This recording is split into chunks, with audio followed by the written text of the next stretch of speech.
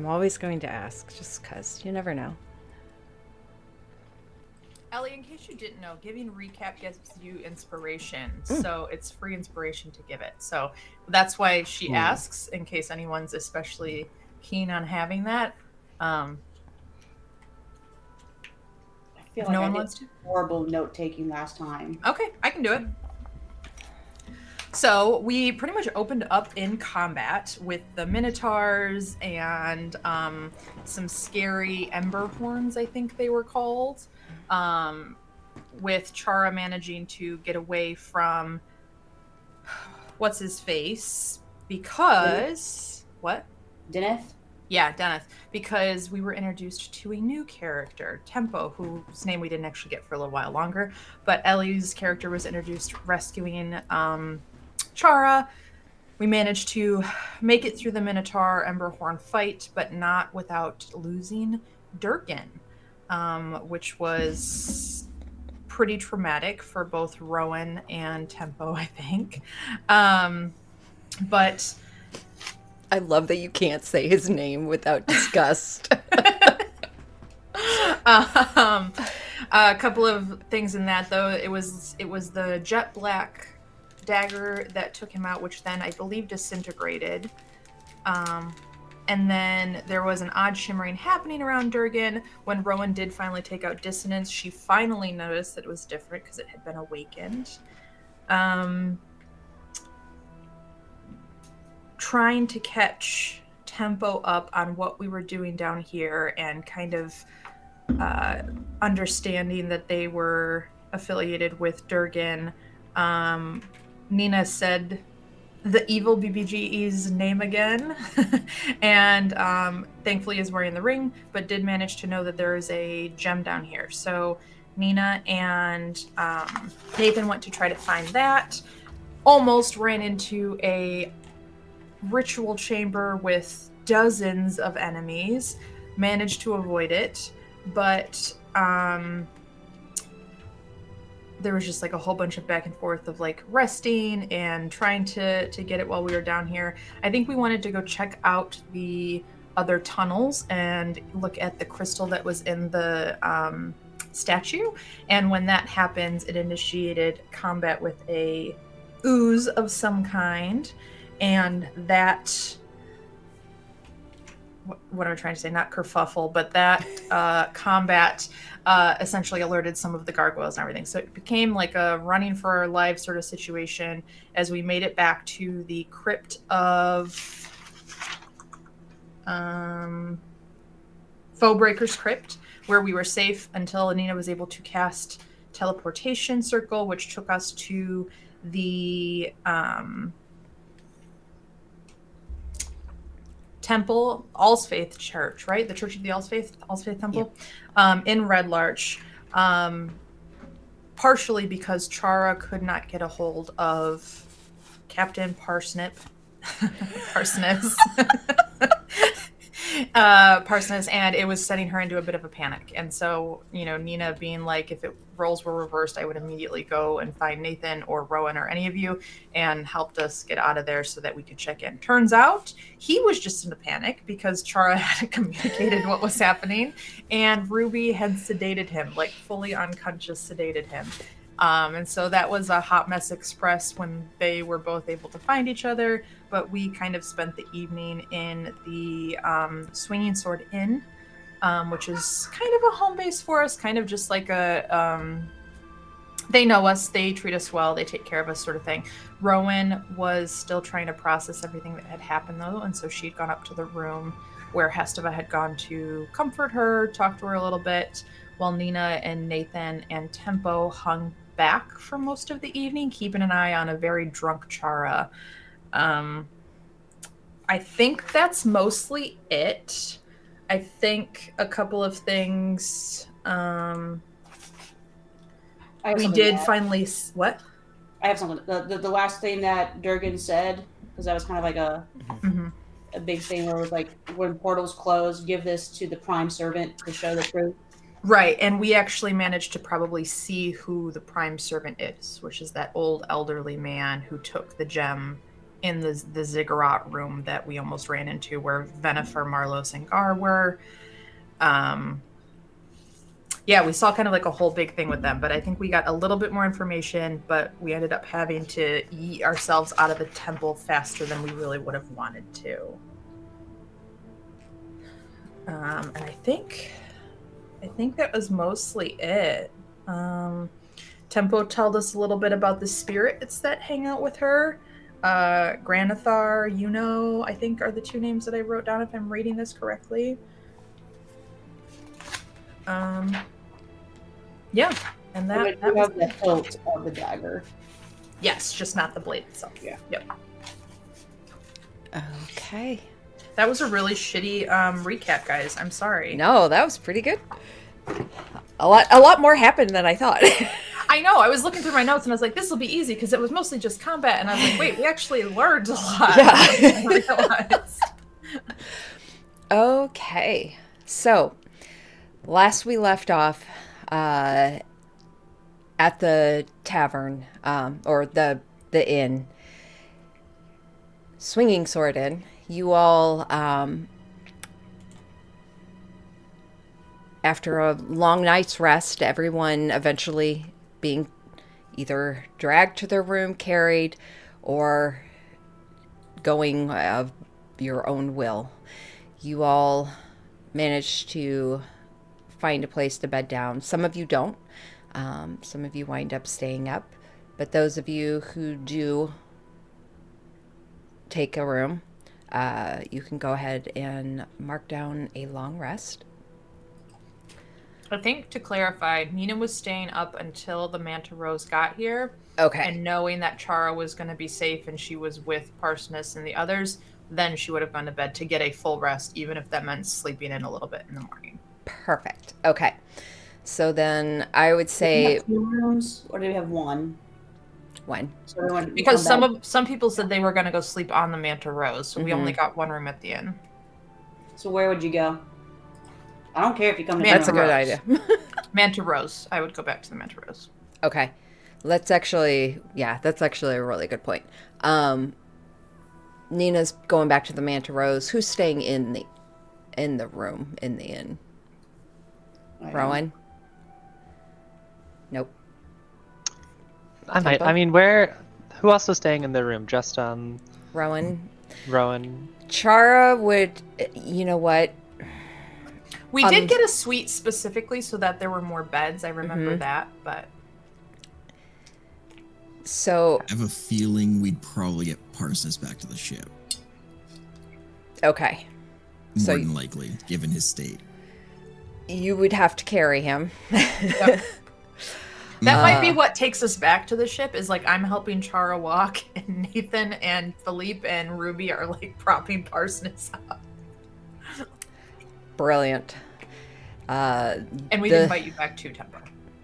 But you could also stay, like, if they didn't forewarn you or whatever. Oh, about that's staying right. away. Because I forgot Rowan and Hesteva went to the room. That's right. Doesn't mean anything. They're just spooning in bed. It's true. Fine. It's true.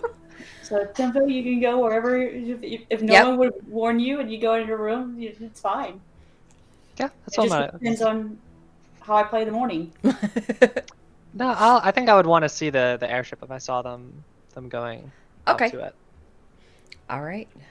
So the majority of the party heads back to the Manta Rose, a really odd retinue, although Red Larch is no stranger to your party's antics. And you all manage to slowly make your way back and get everyone settled in their respective beds. And unless anyone has anything they want to do this evening. No, not this evening. Never mind. Because I want a night's sleep. We got hit by rocks and craziness in that temple, so I'll sleep. Yeah, Nathan? I have something Oh. I'd like to do in the morning, Okay. but not in the evening.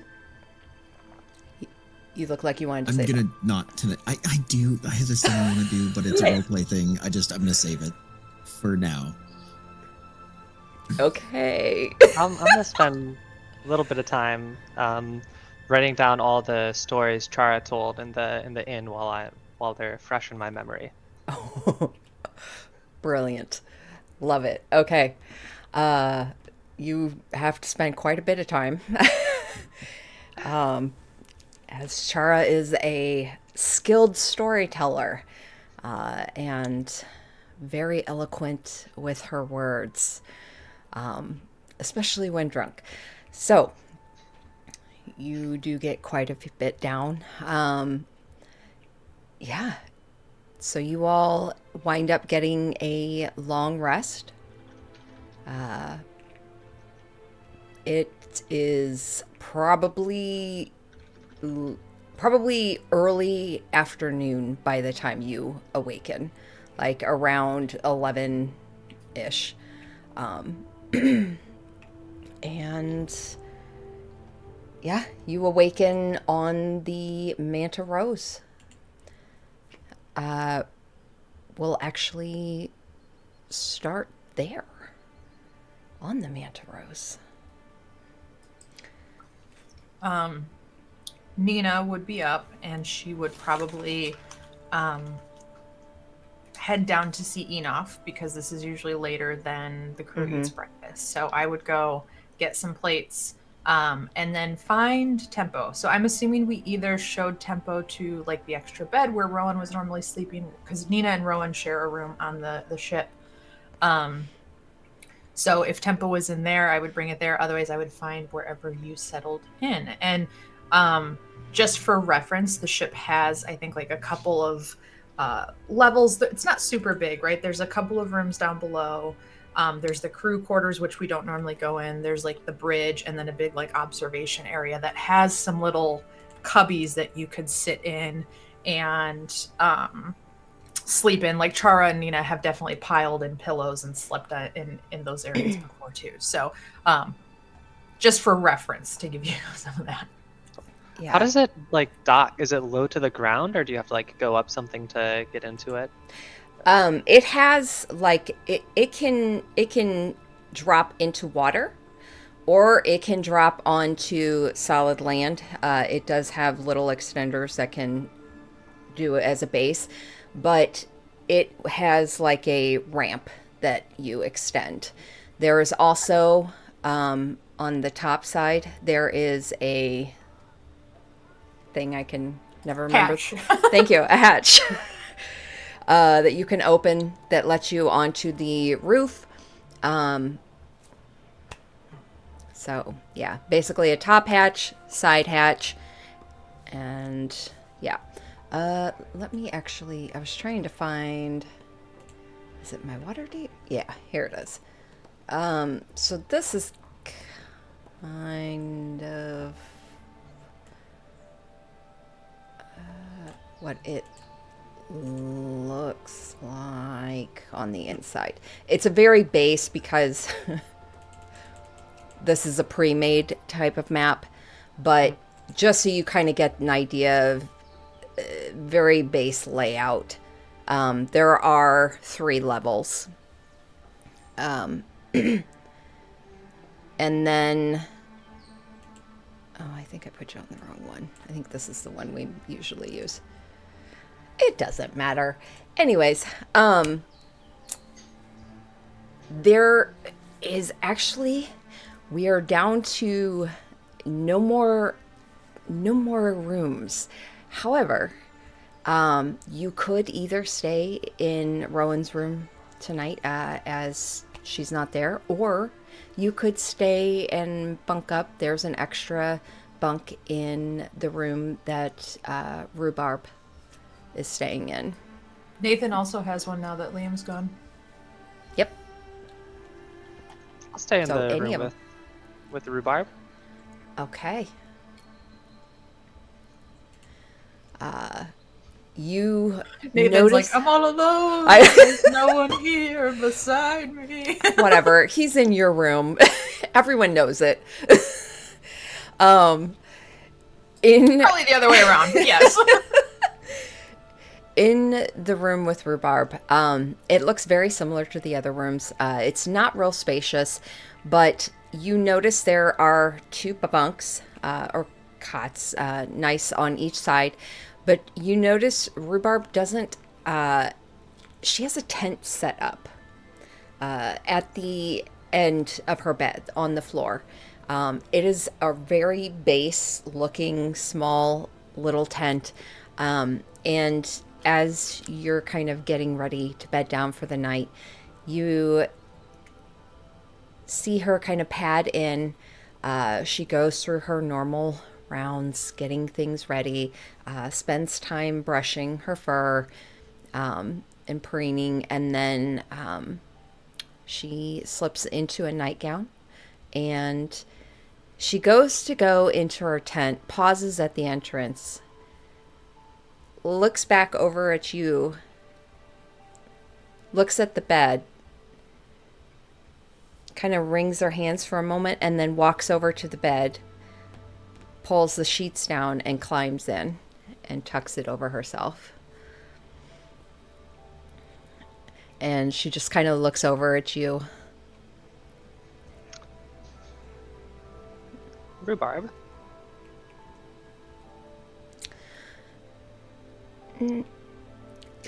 Her head tilts a bit, and you see one of her ears kind of flops as she does. And do you speak Sylvan? I do speak Sylvan. Okay, I so speak her head Common, Gnomic, tilts, Sylvan. and you see a slight little smile. It pleases me to know you also speak this language. As me, it's not a very common one. I don't get to exercise it very often, especially recently. Well, your command of the vowels is most superb. I applaud you. Well, thank you. Grew up speaking it. A lot of these little guys prefer it. I wanted to ask. I've never seen someone have a tent at the end of their bed. Oh, it's from home. It was gifted to me before I left from my village. It has more within. Kind of allows me to have a little bit of home. That's really nice. You're free to come visit it whenever you'd like. Is there space? How big does it look? You see her pull the sheets down, and she slides out, and she pads over to you, and one of her paws just kind of takes your hand, and she pulls you over and takes you into the tent. And it just, as you go under the flap and inside, and the flap closes, you just see purple sky. You see trees and plants, wildlife. You see little lights of fireflies drifting about, and little flowers that just kind of open and close as you walk past. And she takes you over to a patch of just almost flattened meadow grass that looks very soft. This is normally where I sleep. Wow, that's amazing. I try and touch some of the grass underneath. Does it feel real? Does it feel illusory? It feels, you feel the edges of it as something that is, your hand can still pass through it just vaguely. It's magical. It doesn't have the coolness of grass or anything like that. You can tell it's magical, but you still feel the edges of what that magic is trying to create. Wow, this is amazing. It's everything. One day I'll go back. Do I recognize the landscape at all, or does this seem like?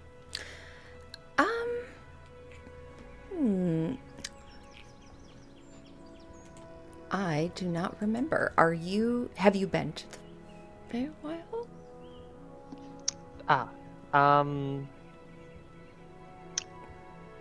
No, probably not. Okay, then I would say negatory.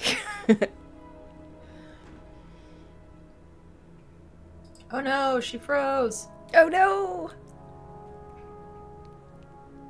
That was fast. I don't think. Oh, there we go. Welcome back. For me, I think my internet might have picked up. Yeah, so you wouldn't have seen this before. Gotcha.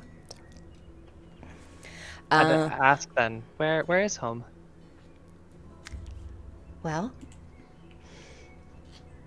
I should have my characters open so I can tell you those things.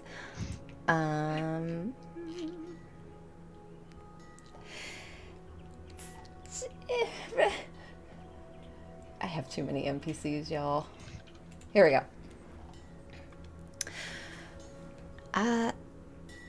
It's an area kind of in the middle. It's in between the three kingdoms. It's called Moonbrush Fields. Have you ever been there? I can't say that I have. Well, It looks beautiful though. this is essentially a portion of the field. Over there, and she kind of points, that's Astrazalian. That's the Northern Kingdom. Over there is Arctic's Tor. That's the Eastern. I'm sorry, that's the Southern. And over there, that's Shinalestra. Shinalestra.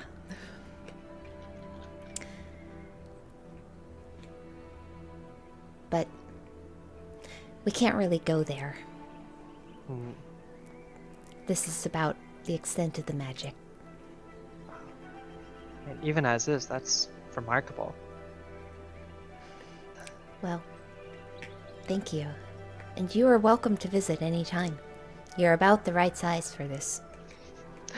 That's convenient. Makes me Well, wish I had something like this. where are you from? The High Forest.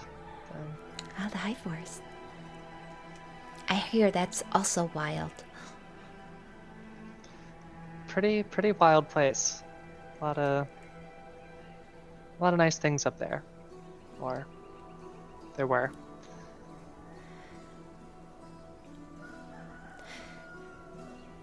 Did it get destroyed?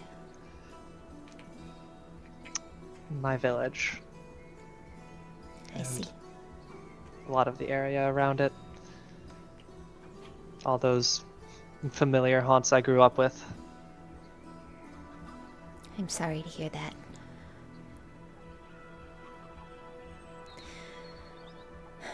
But it seems you have found a new family.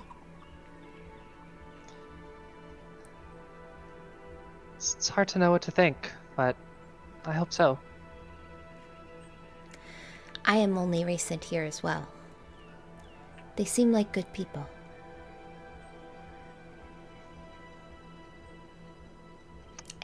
How recent? Oh, I think I got here a day ago? 2 days? Oh, Very recent. wow. Yeah. I'm glad I'm not the only one. I take my work very seriously, though. What is your work? I'm a doula and a midwife to Lady Chara. I see. I see. Mm-hmm. Important. It is. And of course, since we are trying to procreate, I am also caretaker to Mr. Crispin. Captain Crispin. Parsoness. Captain Parsoness. I see. I Sorry, see. his name is a mouthful. Yeah, especially when you try to translate it. Yeah. Well, thank you for showing me this. Of course. If you want to stay the night, you can. I do need to get rest, though.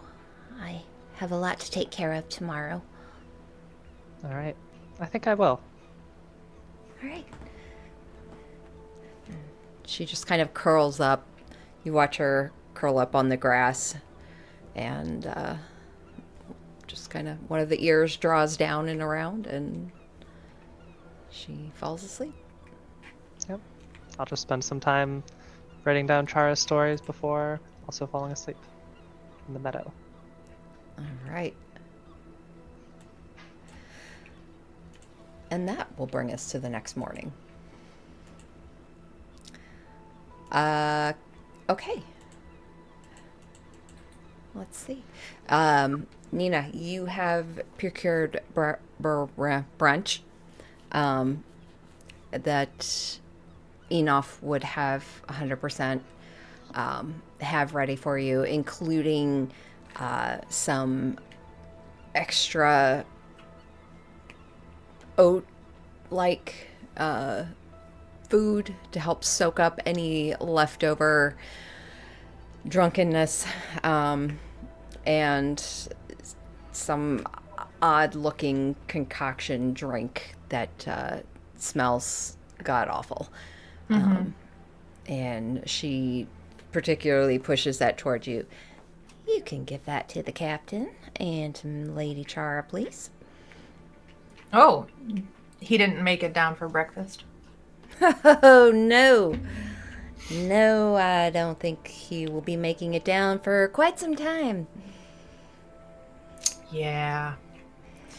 Well, thank you for this. Did you see Rowan or Hestiva come back? No. Okay. No. Just wanted to make sure. They're all right? Yeah. Okay. I mean, she's with Hestiva. I don't really... Right. No, they're two extremely capable people. I Yeah. just was curious. One other thing. I don't know if anyone told you or maybe he said goodbye, but Liam left. I heard. Okay. Yeah, he stopped by. Okay. Glad he said bye to one of us. Nina just picks up the tray. Yeah. It's all right though. Yeah. It's all right. No, I can hear it in your voice.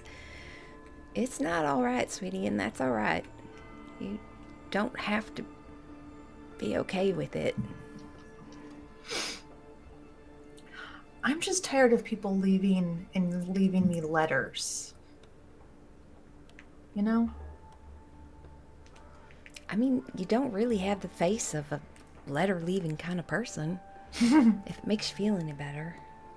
Do I wouldn't have the feel face inclined. of someone you'd want to say goodbye to? Or I mean, I'm not gonna lie. You got the scary thing kind of going on, you know, but I actually find that quite attractive. So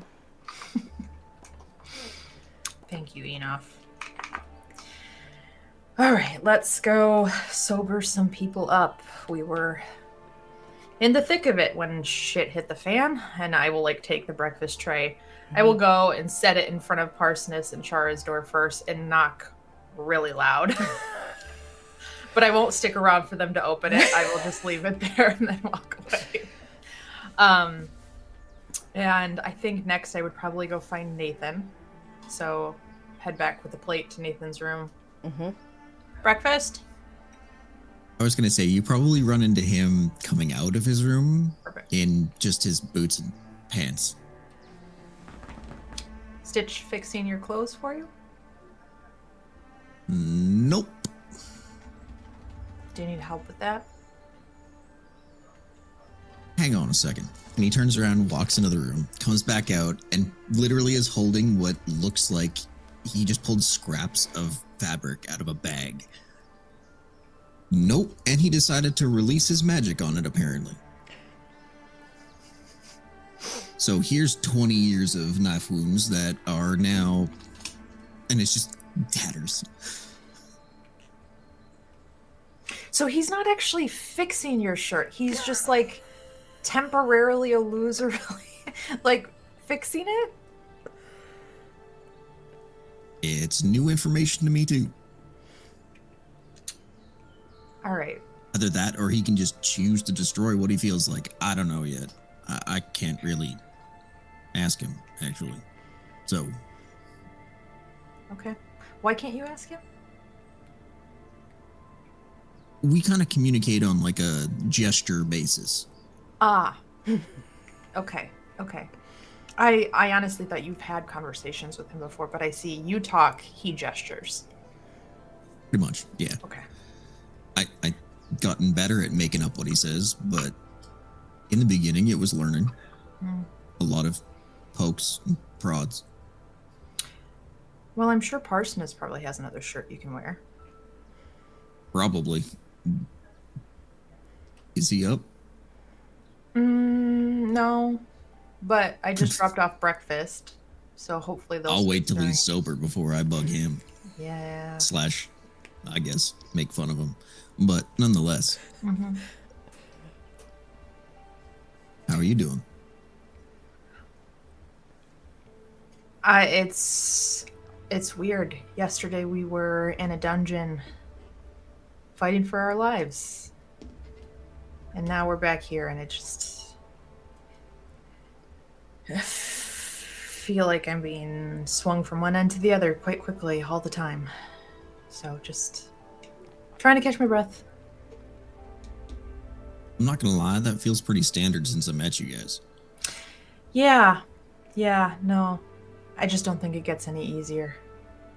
But at the same time, he kind of like gently grabs your hand and pulls you into the room, kind of closes the door behind you, walks over and kind of sits you on one of the beds if you let him. Mm-hmm. And he'll sit across and sit down and just Neverwinter.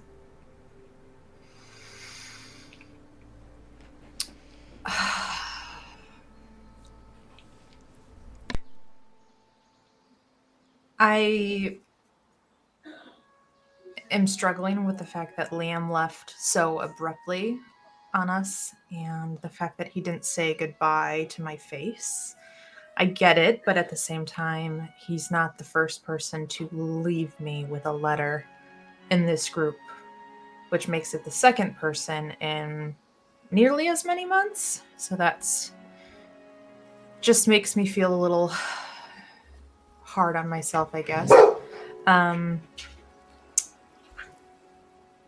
worried about Chara and the state of things. I love this crew, and she kind of gestures to the Manor Rose, but it also made it a lot easier when we were all sort of a unit moving together as opposed to leaving people behind, and that just makes it hard to focus, I think, sometimes. And not in any bad way, because Chara's allowed to have her relationships and connections too. I don't know, we were so close yesterday. And then it became so close to dying. I don't know. I'm also not entirely sure why I can feel the gems sometimes. I think we obviously know it's when we say the thing. Right. But I want to figure out if there's some way to take advantage of that, maybe. I can understand that. I think there are a few let me start at the end and work my way back, if that's all right. I think there's a couple of questions that come to mind when it comes to you sensing the gems. Whether that's a connection because of the magic you were involved in, though it's only you by the seeming notion of it, not Rowan, even though you were both injured kind of the same way. Though I could attribute that to Rowan's protection, potentially. The other question that brings up is, can he sense the gems? Which is odd why he'd have somebody else collecting them and bringing them to him, and it's a lot of weird questions. That being said, it could also be to the attributing factor of the worm that you ate gives you a connection to them somehow. mixed with some other magic. I don't know. You know me. I don't know how magic works. But at the end of the day, if he can't sense them, but you can and Rowan can't, even though it's got to be something mixed in you. Which, at the end of the day, means you have an advantage at this point. Until we figure out that's a bad thing, I mean, yay. It's another thing you have up on everybody, I guess. I'm glad you see it as that way, because I was really concerned that people were going to freak out when I said I wanted to try to spend some time figuring out the nuances of that. Because the last time I did that, I ended up tied to a hag, and we all almost died several times. So I don't want that to happen again, but... Right. You do realize we're in a line of work that kind of puts us in the bad places pretty often. Yeah, but I don't want to be the cause of the bad places. You're not the cause, sweetheart. Trust me. If you weren't here, I guarantee you one of us would fuck something up and we'd be in the bad place. That's not true, but... Want to make a bet? You think Chara's randomness wouldn't be like, I'm going to make this decision and put us in a blender somewhere? Okay, if that's the way we're going for it, I think you already won because of last night, but... Well, let's go with Rowan running off on her own because she thinks she needs to save the world by herself. Let's start there, too. You really think you're the only one putting us in danger here? Come on. All right, point taken. I can't see shit. I guarantee you that's not helping. Sweetheart, you're amazing. You are honestly one of the most spectacular people I've ever met. But like Rowan, you are not the center of all bad things happening. Oh, did you just compare me to Rowan? Am I that bad? I mean, you're getting there. Oh, no. Okay, that's the reality check that I needed.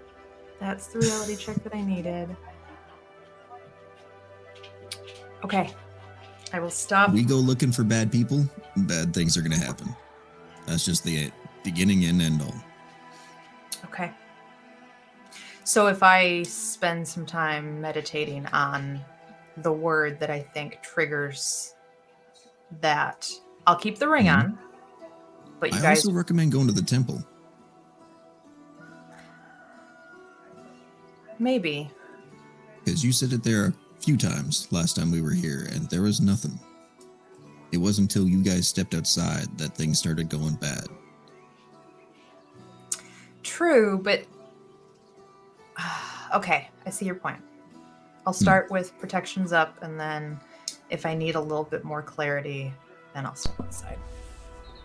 Just think it's safety, general. Mainly yours. What about you? I'm not done yet. Oh, shit. As with the other thing,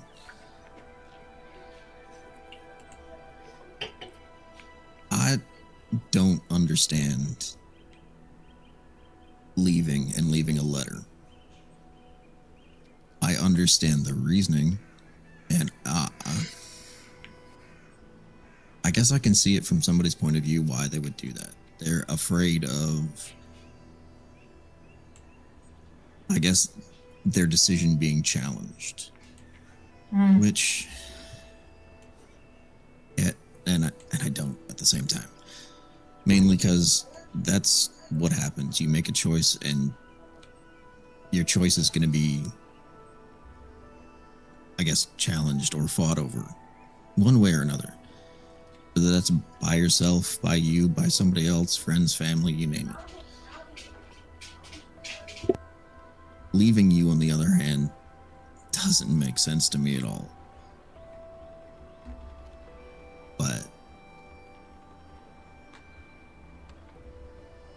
I guess the only way I could try to put it, semi-positive spin on it is at least they're leaving a letter and leaving, and not permanently leaving, if that makes sense. No, it does. And I get it. At least then you can chase him down and yell at him for it. And that's what I keep telling myself, that when he's ready, when he feels, I don't know, maybe when he's processed what he needs to process, that he'll come back. That Maybe. Or maybe when you're tired of waiting, we can hunt him down and I'll pin him down and you can say what you want. I think if we live through the end of this, I don't want to do any more hunting. I want to live on a beach somewhere and just exist. I'm down for that. You can do the bathing, me with the watching. It'll be great. Perfect.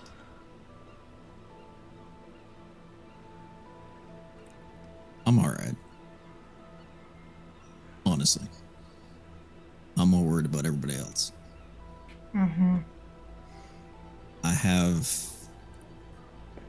headaches. Again. Not bad ones. I'm okay.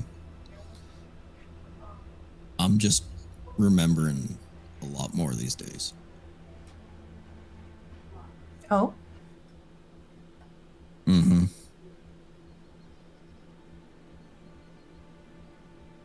It's terrifying, honestly. Mm-hmm.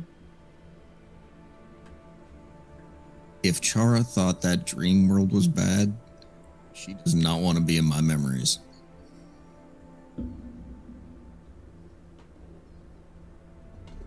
I have been through a lot of battle in my life. And it's weird. It doesn't bother me at all. I think I was always fighting for the right side. And I know that's something I've always done, is made sure I'm on the right side of it. There's a funny saying, actually, I learned way back. That's kind of, I don't know, it's always been in my head, I guess. But it was somebody actually on Eastguard that told it to me. Was soldiers only have nightmares when they do something they regret. And I'm very thankful I don't have nightmares.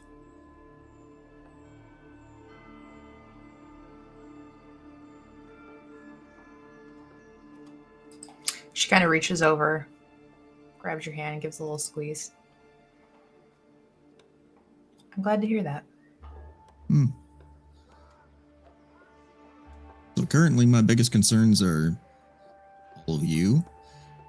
He looks over at the nightstand and that little shit.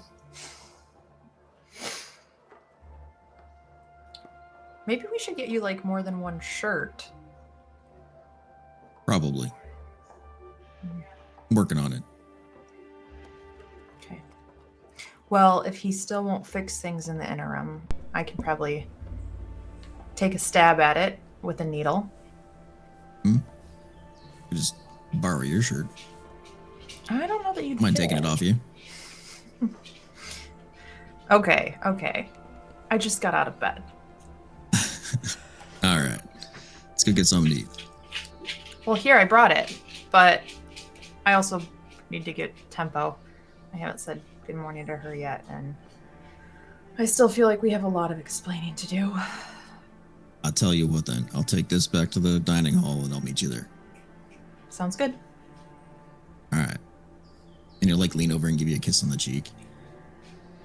Good morning, by the way. Good morning. And she'll Alright. slide it. All right. And you're heading to Temple's room then? Mm-hmm. Okay. Yep. You knock on the door and there's no answer. Tempo, you in there? Ruby, Tempo, breakfast. as you're in the tent, you hear a very distant voice, almost like echoing along, reverberating along the ceiling. And it does sound like Nina. Is Rhubarb still in here when I wake up, or she left already? It looks like she's already left. Yeah, I'll wake with a bit of a start. Can I tell the passing of time in here? Like, did the sun rise? It looks the same. Interesting. Kind of bleary-eyed, I'll make my way out of the tent. Crawl out. You find the little area where there's some meadow grass that seems to like bend over, and you walk up to it and lift it up, and you see the room almost open up as you crawl out. Let it fall back. And I'll go answer the door. Oh, sorry for the wait. I was in Rhubarb's tent. Her what? I look back. The tent is still there, right? Mhm. Cool. She's to each their own. Breakfast? That sounds amazing. Trust me, it is. Enof is literally the most amazing chef ever.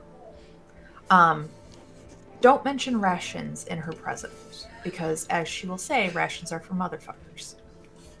Okay, noted. But yeah, come on. Rations. Normally we would eat breakfast with the crew. They're kind of running a little bit of a ghost crew right now, just because some of the others are back in Westbridge, I think, training, but or maybe not now that Hesteva's here. Anyway, it's just super late in the morning, so anyone who's awake, I will introduce to Tempo as we go. So anyone who is on the ship that we see, I will make introductions. okay. Well, let's say you guys all settle down for breakfast, essentially. For brunch. Majority of the crew have already eaten, those that weren't really laid up all night. You notice specifically the twins. Only one of them is there. It seems Anise has taken some time to travel on her own. So Fennel is kind of left alone. But obviously she's surrounded by family. And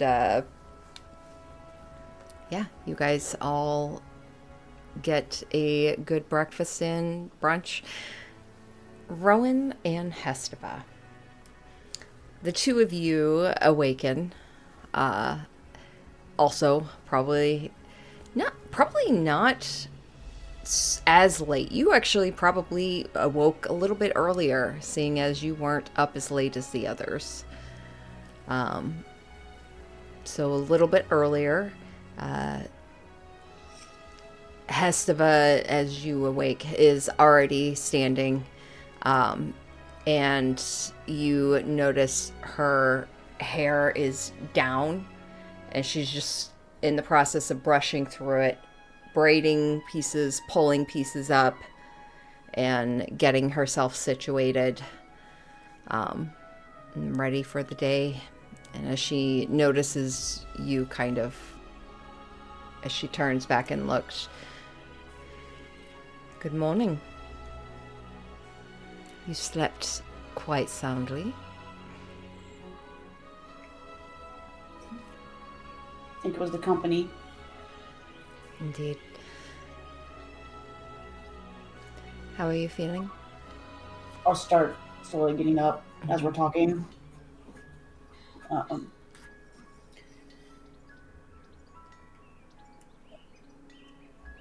feeling okay. It's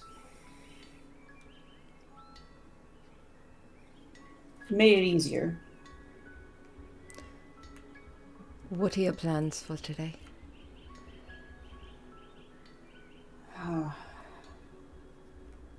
Well, we have someone new who joined the crew, or at least is with us right now.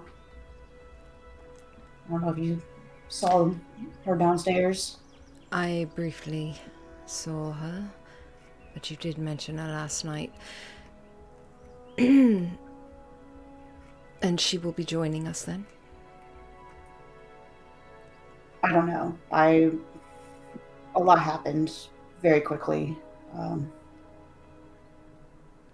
We kind of rushed back here, and Understood. Perhaps we should rejoin the rest of the crew then and discuss what your next steps are.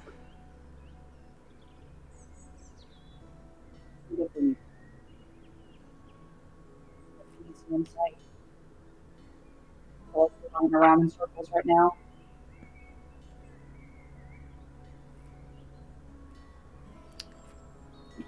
I'm sorry, it totally cut out on me. What did you say?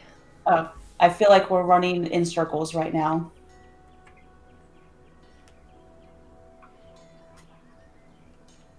So we definitely need to regroup, figure out our plans. All right then. But, and you'll see that Rowan's looking over at the plate armor, and staring at the symbol on the front.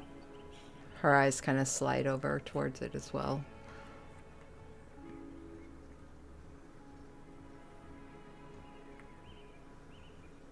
Why do you hesitate?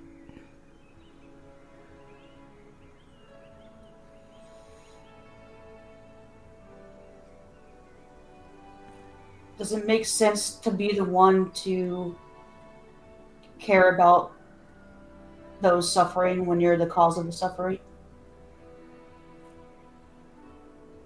Isn't that a hero complex?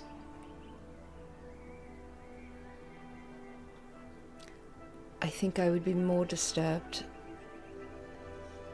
if you caused the suffering and felt no guilt at all.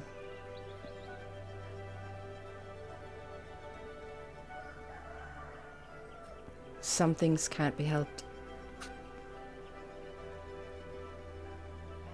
Some sufferings were always meant to happen.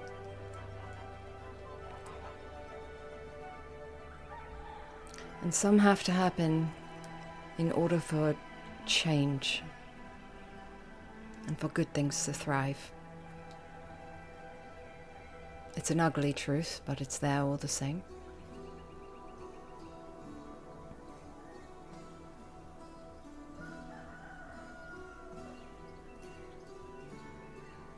Are you not worried about being around me knowing how many people have fallen in my presence?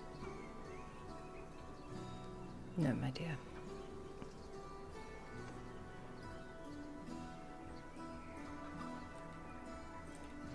We have both laid many people to rest.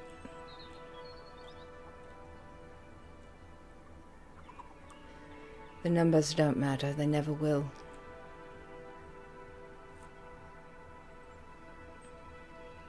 It's the hearts that are laid bare at the end.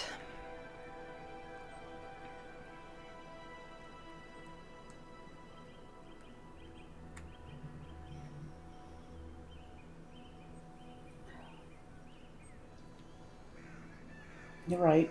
It's, I don't know. I feel like I should be angry at whatever game Dragon was playing, and feeling sorry for him, but also being worried about this connection to this new person that knew Durgan far better than I did.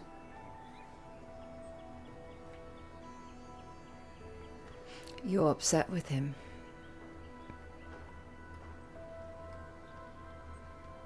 Yes. He shared with this other, and you feel you did not get the same.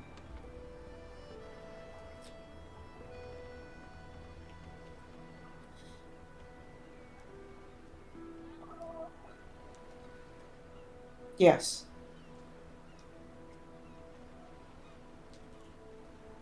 Or at least secrets were being kept from both of us.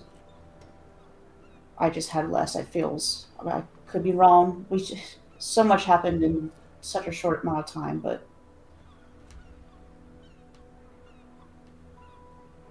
it felt like I was kept more in the dark.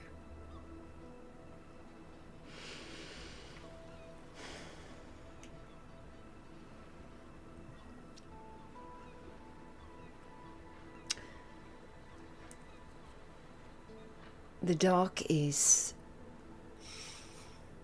not always an evil thing. There was this one time our city was being attacked.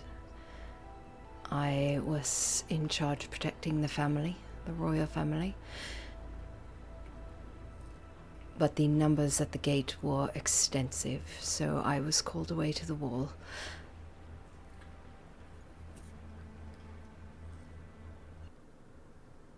I was pulled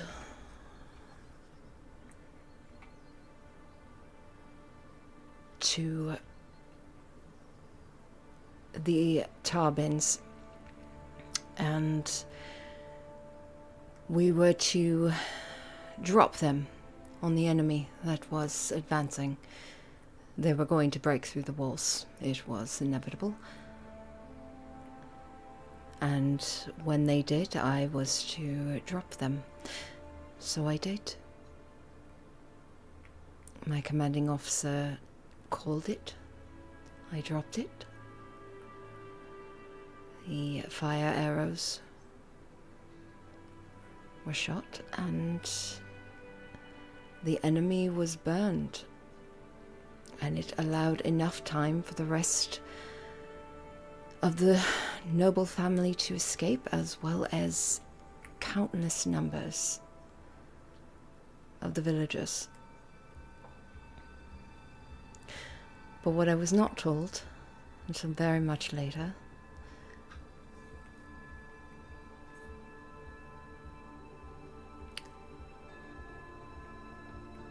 there was a house of unparented children that also lined this area of the wall.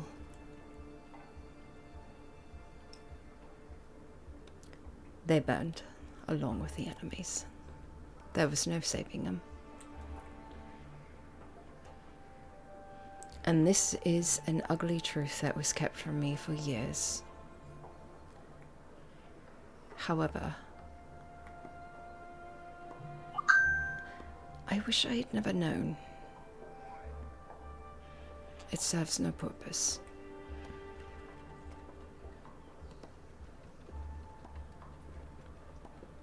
Except for making me sad and question my decisions in the future. Had we not done it, countless more lives would have been lost.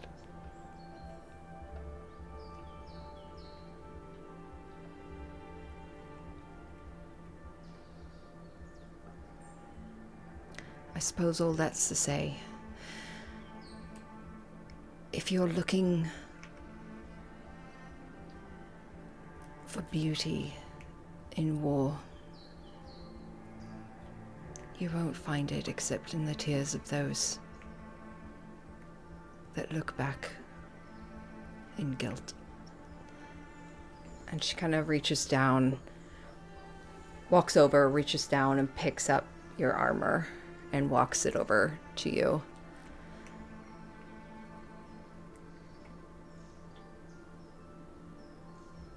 You carry the tears of the martyred.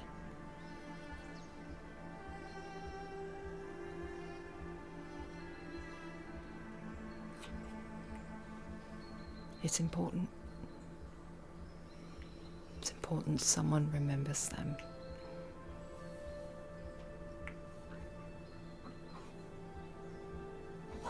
she's staring like right at her as she's talking. And takes a deep breath. Grabs the edges of the armor.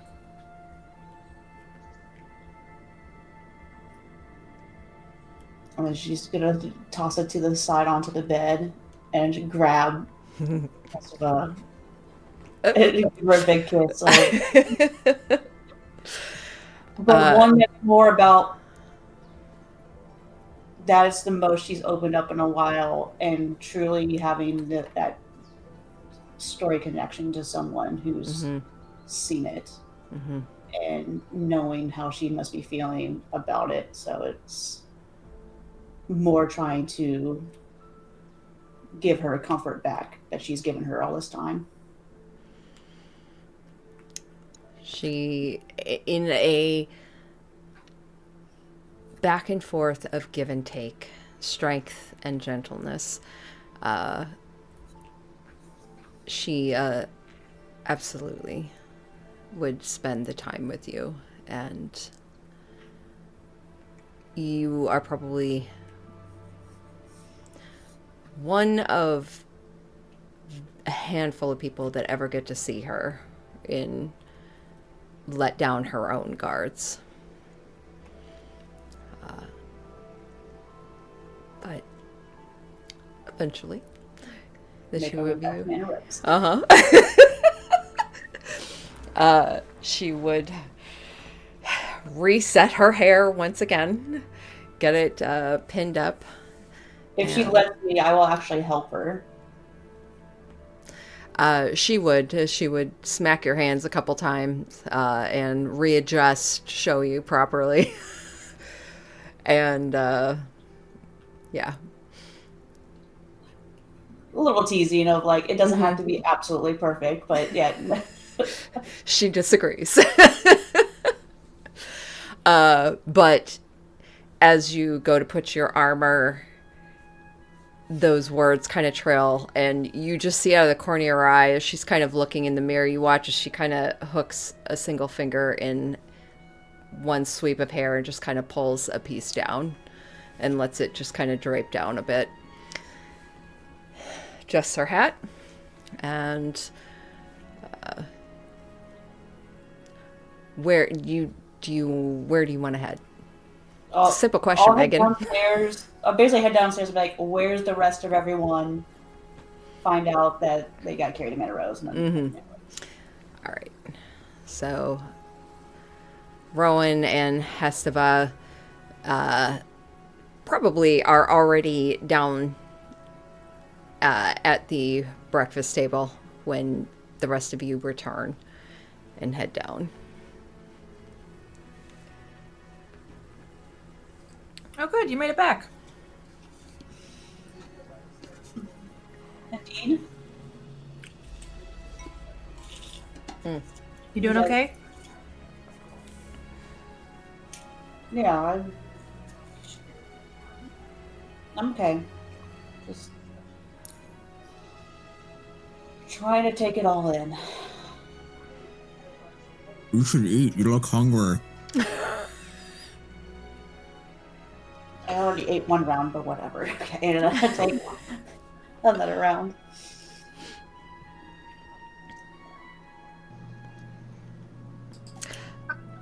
I think at some point Chara would come down looking a little disheveled. She's not used to having these kind of late revelries. It's been a while, at least. So she comes down, hair beautifully a mess, and comes down to the table, kind of drops into a chair, arms on the table, and just, hi. Good morning. Good morning. Good morning. Oh, you're still here. That's right. I remember you. You?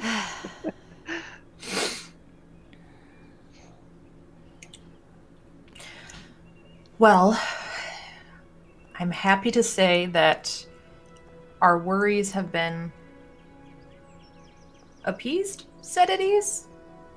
Either way, everyone here is okay. Except for your midwife shrugged your boyfriend. Yeah, we're having discussions on that. It shouldn't happen again. At least not to the extent now that now that she knows his proper weight and stuff. I guess it was a density thing or something. I don't know. She just misjudged. But now she knows, and it shouldn't happen again. We also learned something, right? Just about Oh, okay. not always running off without communicating things.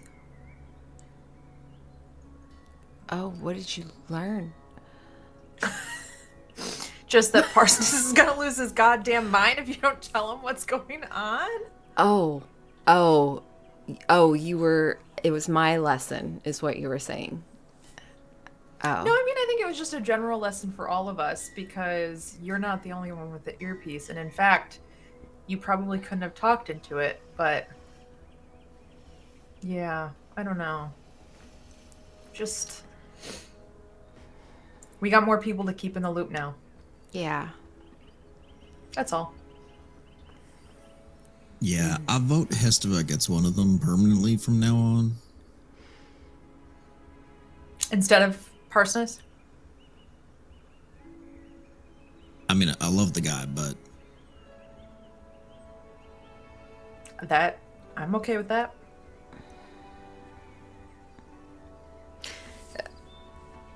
Hesteva just gives a small nod and then reaches into her belt area and pulls out the earpiece and just tucks it in.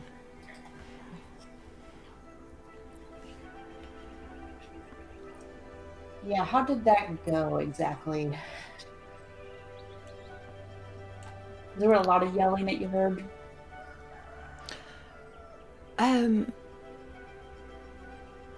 More, he was going to leave and come after all of you. We were basically getting ready to come rescue you.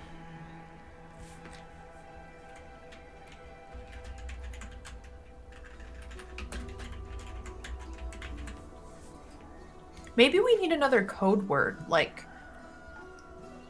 something to actually indicate that we need rescuing as opposed to we just can't talk right now.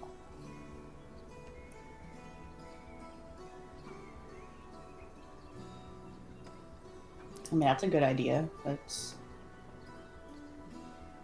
better than what we've been doing. step in the right direction. Sure. Yeah, absolutely. Any suggestions, Hesteva, something that would trigger you to know it's serious versus ignoring? I would not dare to come up with this word on my own. You all are the ones going into the shit of it. It needs to be something you'll remember.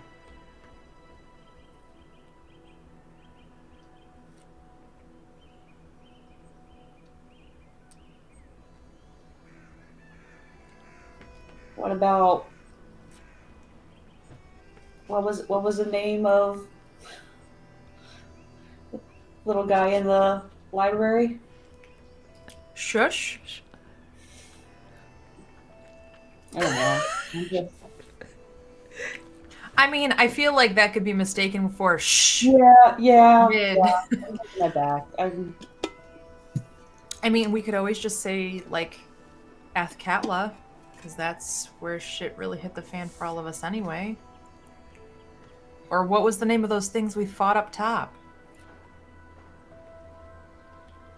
like the The wyvern? flying lizards. No, the things before that, the ones that screamed. They had names? Everything has a name. What do we? Okay, we probably don't know it. We haven't been through there, and Hestava was rightfully inside and safe. I'm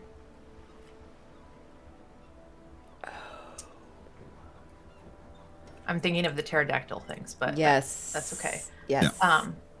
Let me look. We never actually knew what the name of them were. Yeah, we never actually knew what the name of them were.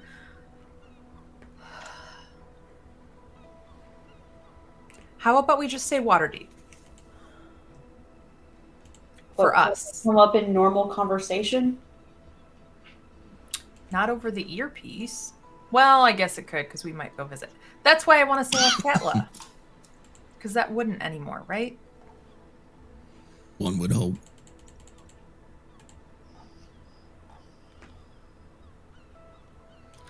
I don't know. It works for me. I mean, yeah, I'm good. What about onomatopoeia? Onomatopoeia? Liza knows what that I don't is. even think I Yeah. can say that in normal conversation. That's the point. It shouldn't be something normal. Okay. Onomatopoeia? Well, I'm screwed if something happens. I ain't saying it. How about cheese? No. She says that like with a snark, right looking at Nathan. Yeah. I mean, that would mean I'm in danger if I say I'm going to eat some. But yeah, no, I get it. The on a thingy, whatever. That works. It's fine. Even if you get half of it, somebody will understand, right? Onomatopoeia thing, it will be enough of an indicator, I think. Yeah. There we go. Let's do that. Onomatopoeia. Welcome to decision making with us, Tempo. Thank you. Yeah, I leave that to you right now on the words. So, I know that we ran into you down in the depths. How are you doing? I'm trying not to think about it. Okay. That's been my strategy off and on for a while. Okay. Any idea of what you want to do next? I mean, you're welcome to stay, I think. And I kind of like look around at the group for confirmation that nobody's like gonna object. But Nina's also kind of glaring at them to like dare you to speak against me right now.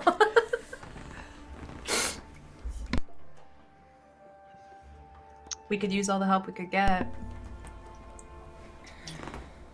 Well, based on where I found you, I haven't found anyone else other than Durgan doing as much as you against these cults, and I think that's the only thing I can focus on right now. All right. So, then my next question. What do we do next? There was that huge ritual happening down there. They gave the gem to this prime servant person. But that's the place to get to all of the cults. If we want back doors into everywhere, that's it. Or just know that that's where it's all going to convene if we go topside and dive in. Well, you did originally mention trying to track the guy with the gem.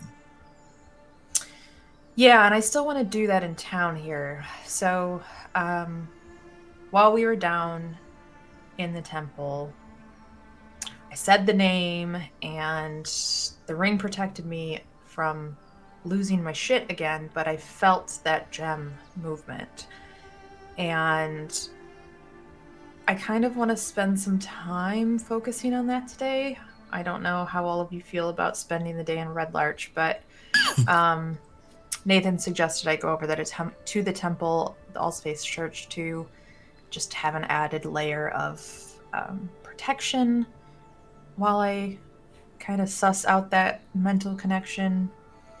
But I just want to see if it gives us any insight into what they're trying to do, or what's the next step, right? Like, we've been really bad about stopping these gems from getting in their hands, and I want to try to get one step ahead there. So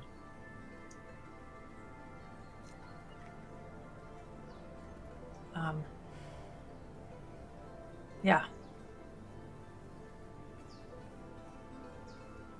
Are we in the right mental state for this, though? Like, I haven't had a chance to talk to you, and I kind of do a quick glance at everyone else of like, I'm not sure if I should bring it up in front of everyone, but I mean, we kind of entered on bad terms of people leaving us. Ah, right. You mean Liam?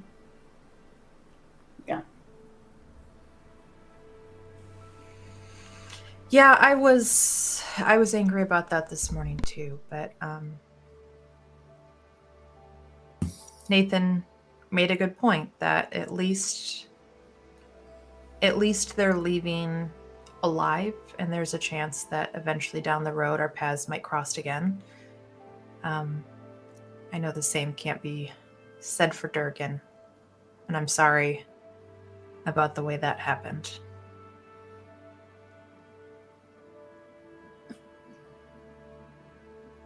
I wasn't a fan of him, but I don't think anyone deserved that.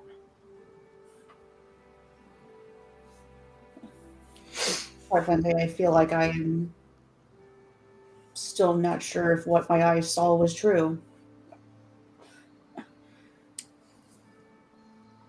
What do you mean? You haven't been wrong, Nina, of him speaking in riddles and feeling like there's a seed of doubt in the things he told me. And after everything we've seen and done, it's like, was that even him? Why did it happen the way it happened? Is it, there's been times I've seen visions, and it's sometimes hard to feel like I know what's right in front of me.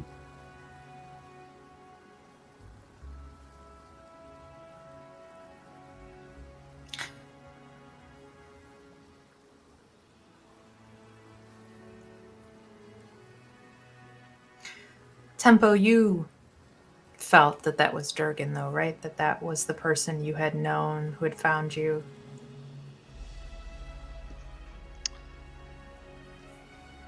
Yeah, yes. That was him. I mean, he brought me there. Traveled for a couple of days together.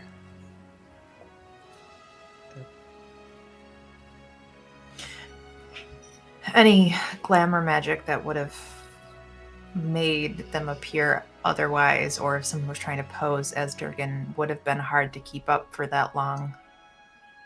Unless he's like fully a shapeshifter, which I guess isn't impossible. I kind of look at T'Chara. But I guess I'm not trying to go as far as that, per se. It's just, it's still sinking in. Do you want to do anything for him? I didn't know him. That doesn't mean you can't do something for him.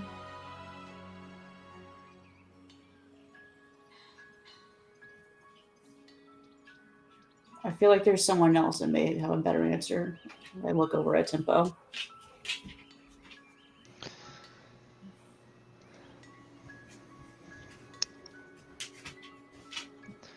I mean, I knew him for some time, but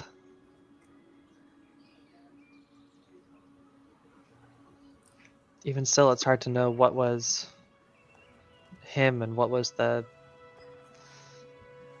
brave face he showed the world.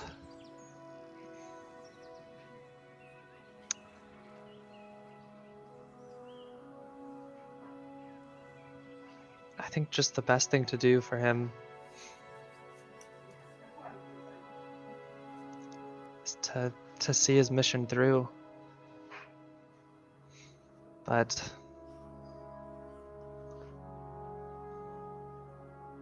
I don't really know beyond that what he would have wanted.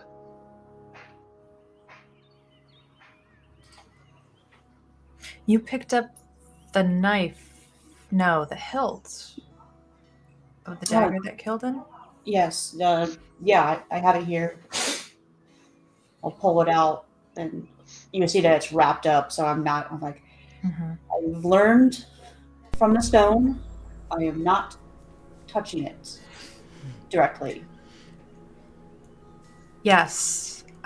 Tempo, that's one thing we should communicate. These gems that we're going after, or shards, there's a bunch of things. There's gatekeeper gems, there's shards. Anyway, don't touch anything with your bare hands right away, okay?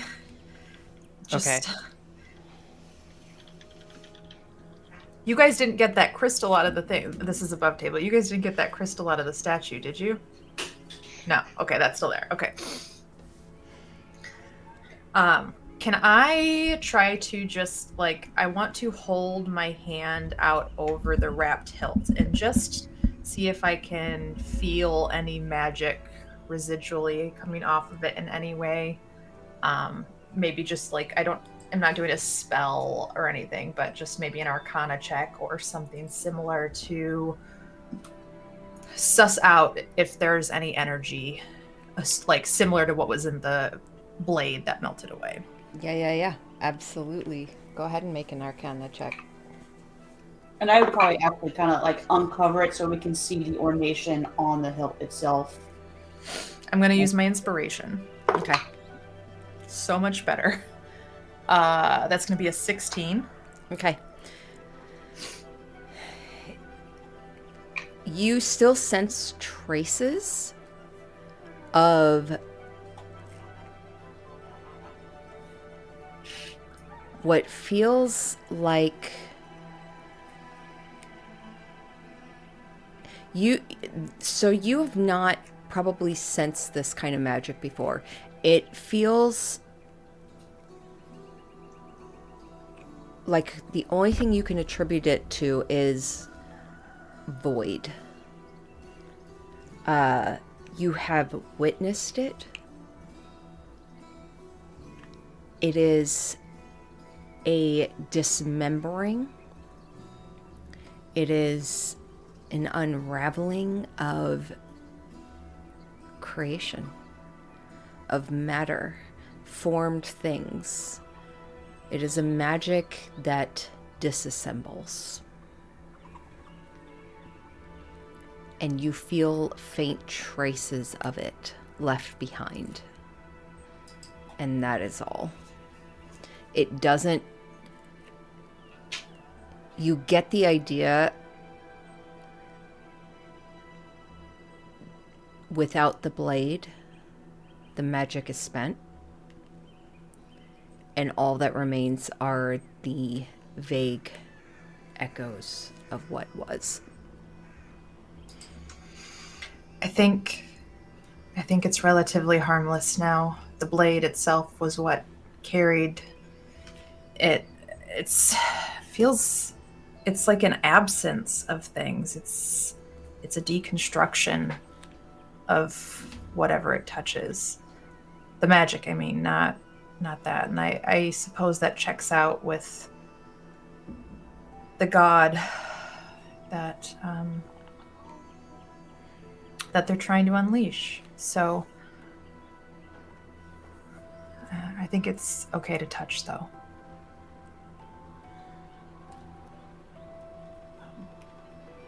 Did it feel like that creature targeted Durgan, or it was just attack of opportunity? Just he was closest. I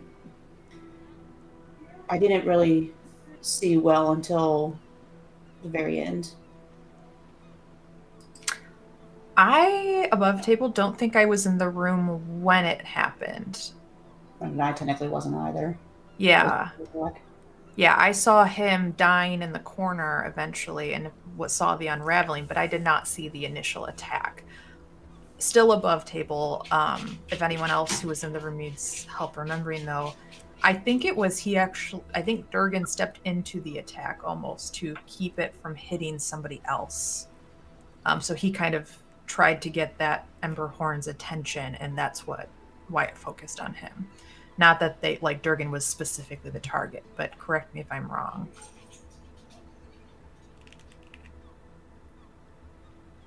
That sounds familiar, yeah. I honestly don't know. I was helping Chara out in the hallway with the other guy. I don't know if it targeted him or... I mean, shit hit the fan real fast there. Yeah, a lot happened. It always down does. here. I guess for me, the weird thing is that there was only one. Like, why was there only one dagger if you can make weapons out of this stuff? And on all things that we saw down there, it was on like a bull-headed man thing.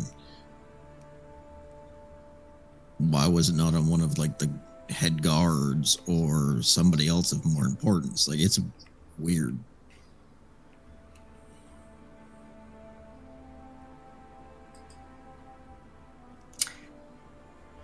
I didn't get to see what the blade looked like really, but maybe it is one of the shards. Maybe that's what they're turning. I don't know. I don't know. We need to get deeper. We need to get down to... We need to get past that ziggurat, honestly. But that's... Oh, that room was so filled with people. Very much so. Actually, I'm curious about something. I'll be right back. And he'll get up and head back to his room for a second, grab Death, and come back. Mm-hmm. And he basically just comes back and puts it next to the hilt. And how similar do they look?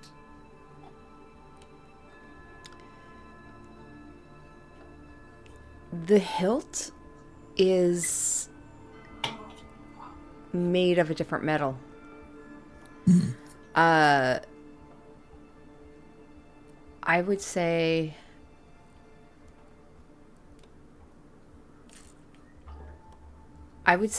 Nina, since the two of you are pretty in tuned, go ahead and roll me another Arcana check.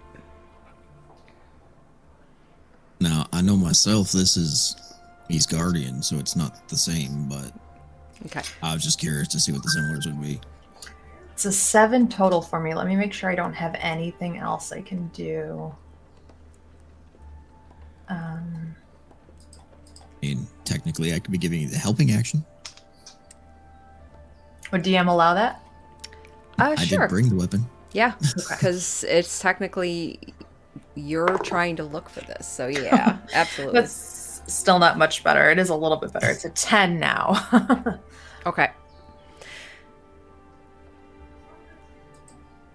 Based on what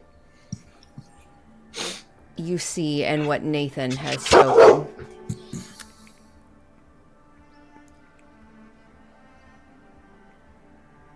you get very, very vague traces of possibly something similar. I mean, yeah, they're kind of the same at the core. It's so faint. I think this might be something worth doing some introspection on too, maybe in the temple where I can dig a little bit deeper, a little bit more safely. From what I remember, they were given to me when I was awakened. And this one specifically was created to end life. In the every sense of the word, essentially. And end immortal life at that. Yeah, I think that's pretty much what this magic was meant to do. But I know it was a derivative of something much older, so I don't know for sure. That would make sense why it feels somewhat the same but different too. It's just that it's a derivative. Man. Do you ever feel anything when you're holding that? Like is it taking anything from you? I don't think so. I mean, I feel the recoil, if that makes any sense. But other than that, no. Maybe. Potentially. What about in your memory when you were fighting that demon lord? I mean, it was built for me, so it'd be weird if it hurt me. I guess. I hope.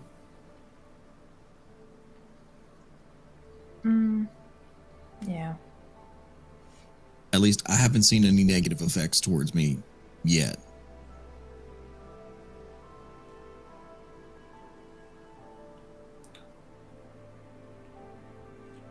Does it, when you wield it,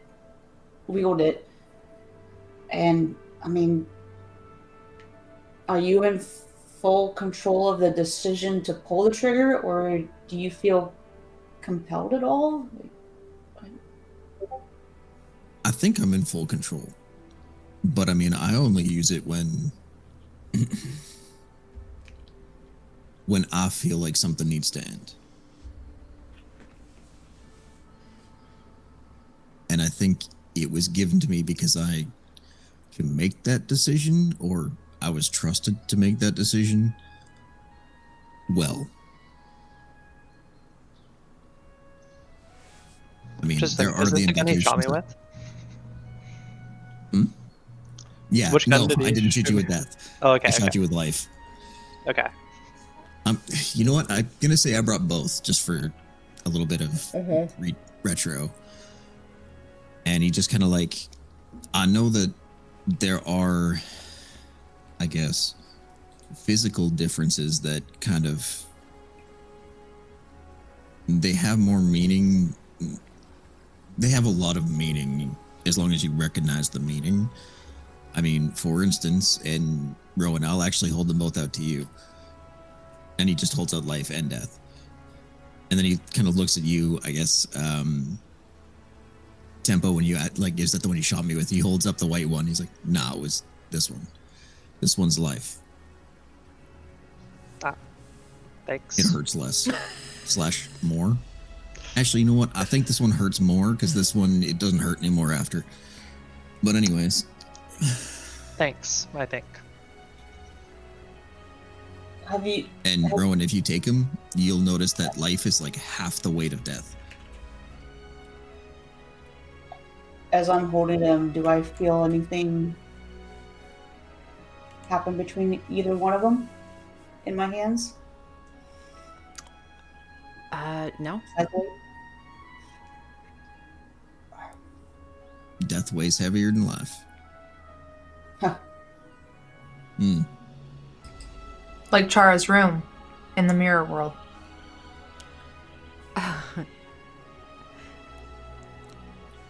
Sorry, for a brief moment I thought you were referring to my bed chambers. No, I meant when you were doing the potion, the mercy. Yeah. Right, yeah. I'm with you now. I kind of give her like the most confused look, like what? She also Trying is to just kind of like process. looking a little. Yeah. She's not fully listening, but yeah. Yeah, there you go. Okay. In interest of this discussion and talking about things. I think it's only fair, and I will pull out dissonance and lay it out on the table. My sword has literally changed. So's your armor. What about it? Oh, okay. I mean, it changed literally down in the dungeon. Or at least that's when I noticed. When was the last time you used your sword? It's been a bit. But I don't know if it's related to what happened to Durgan's the one that gave this to me. But also it just wanted to be clear and honest about everything and not try to hide anything from you. I owe you that. It I appreciate that. comes in my hands like normal that it's done before. Kind of like feeling that it's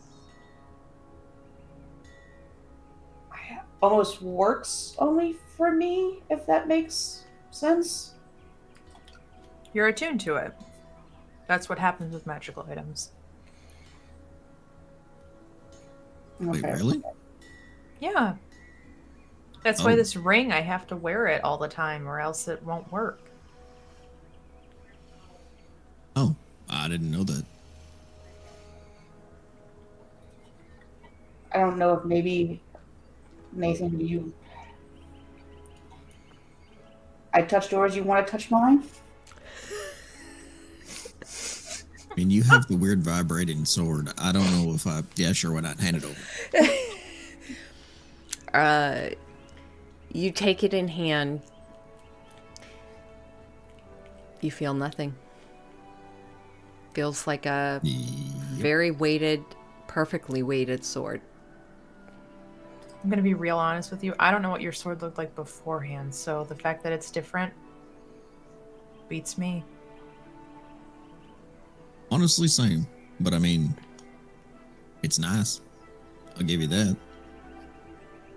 He does like a quick spin and throws it up, catches the blade, and hands the handle back to you. Jesus. I mean, it is perfectly weighted, right? And you take it, it's really heavy in my arm, and I don't have a lot of strength to start with. Oh, sorry, fair. If only I could actually hit with it. And then I put it back. I How mean, about you, have you tried Tempo? aiming harder? You use weapons or magic mostly? Usually magic. My friends help with that. They can teach me to use something in a pinch if I really need it, but I'm not that talented with swords and such. Nice.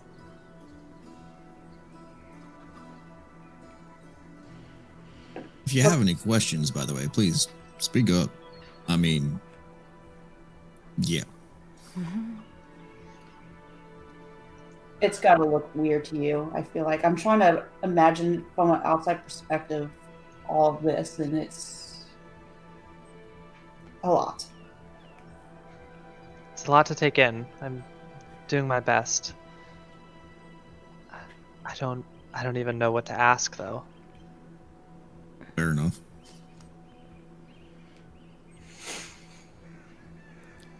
You hear footsteps and watch as Captain Parsoness Crispin walks into the dining room, gaze straight forward, hair's mostly set, and he walks over to the buffet table, fills the plate, comes over, sits down next to Chara, grabs a glass and just kind of sits there with it, lean forward on the table and just listening. Eyes on You the want me table. to check that drink for you before you know? No, I'm good, thank you.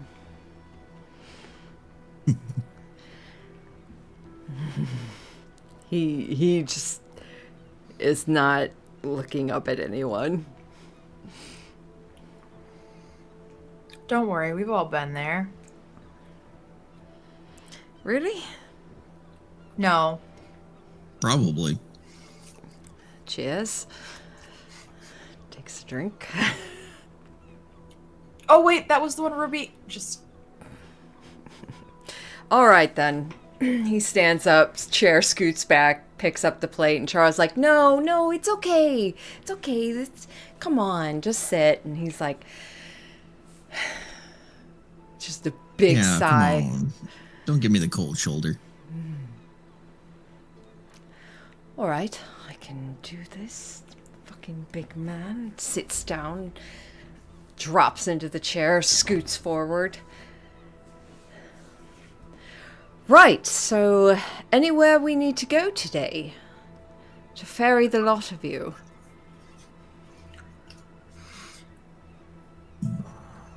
Wow. We were actually just trying to figure that out, but with that question, that feels like maybe we have overstayed our welcome. Chara like looks to the side, looks at him, and is like, yeah, that was really harsh. And he just kind of, you watch as he kind of sits back for a moment, scoots down a bit. Yes, no, you're right. That was harsh. I apologize. Oh, you got nothing to apologize for. I totally deserve it. Though You for a do. second, I thought the ship needed a new captain for, just a split second. I don't want to drink tea ever the fuck again. Fair. Not a big fan of hot drinks anyways. I like them cold.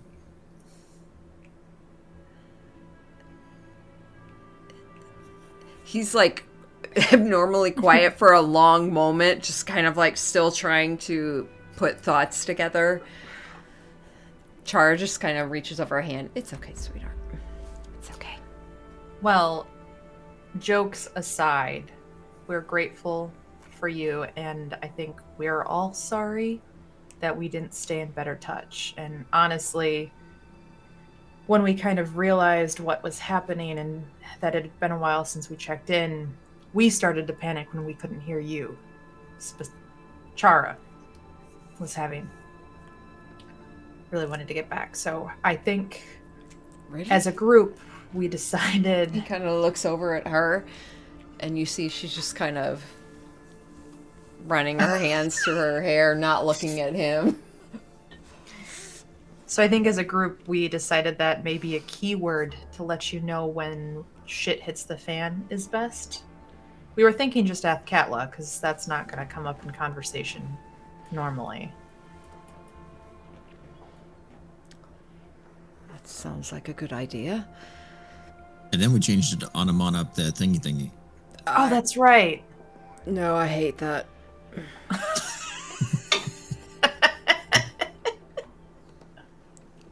You say we changed it to it. You all can vote against it, I vote against it. except for you.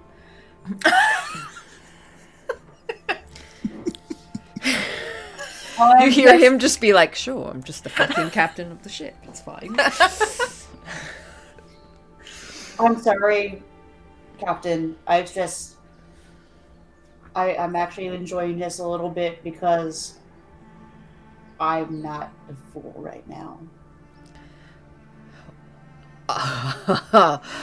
Wow. Okay, yep. I mean, you suppose got it I bad. deserve that. I do deserve it. Honestly, I was expecting more from this one. And he's pointing at you, Nathan. Yeah. I'm letting you warm up first. Thank you. Okay, so all those. Trust me, it's not going away. All those in favor of Athkatla being our red button? Sure. Okay. Question, real quick, above table. Is Nathan still without a shirt? Okay. Yeah. So yeah, like after voting, I'm like, so what's? Do you need more shirts from Captain over here? Probably one. Yeah. What? You fucker, you lost my shirt. Lost is a You fucking destroyed it, didn't strong you? statement. Oh yeah. Well, technically it wasn't me. I mean, I didn't do it. I'm alive, by the way. Thanks. All right, you can have another one, but I'm taking it from the old bin of the shit I don't That's like fine. anymore. I was honestly going to go into town and buy a new one anyways. So 'cause No, I'm still no, you're fucking waiting taking on this our one. package. You're taking from the shit box because that's Okay. what you deserve, Fair enough. and it'll be a color you hate. Do I have a color right? Oh, I hate you. Fine, you can have one of my good shirts. Oh, you don't want to do that. No, I'm not gonna have you walking off of this ship in the shit you've been wearing that you came on here with. All right, fair.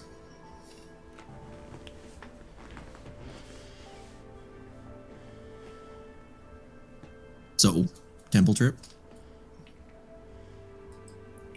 I think, yeah. Anything else we want to do? Was that... hold on.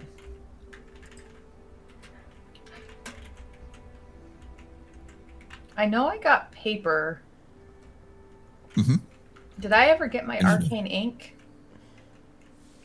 Did I get that from Valleyvo? I don't think I did. I don't think you did. Okay, that's fine. I don't worry about that. Yeah, let's do the temple, and then we can see if it We're gives here, us a we could hit direction. a store. Well, I think the last time we were here, I tried it as well, and I don't think Valleyvo had any. Maybe he ordered some. Maybe I could put in an order. He does have that connection to Waterdeep now, thanks to. Also, does Anthony sell any communication stuff, or does he just do the thing? He told me to bring him these materials, so I don't think he specifically sells them, but Yeah, right. That makes sense. Put himself out of business. yeah. All right, to Valleyvo's and then to the temple. And then maybe we'll have a direction in Parsoness. I don't know if it's back to where we were or if it's on to a different one. Try to hit them in different spots. Hard to say, but we'll see if this gives us a direction. That So- sounds good. That'll give us time to restock as well. I was gonna say that'll be Nina and I, and then everybody else wants to relax, restock, figure out what you want to do. Maybe you two can put your heads together, and he kind of looks at Tempo and Rowan, and talk.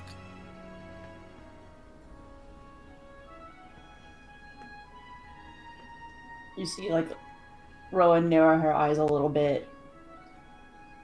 Just briefly. But doesn't say anything. Parsoness is like snickering into his drink. Maybe go back to the pond. Just say goodbye and fill in what blanks you can before we, as Tempo said, finish the mission.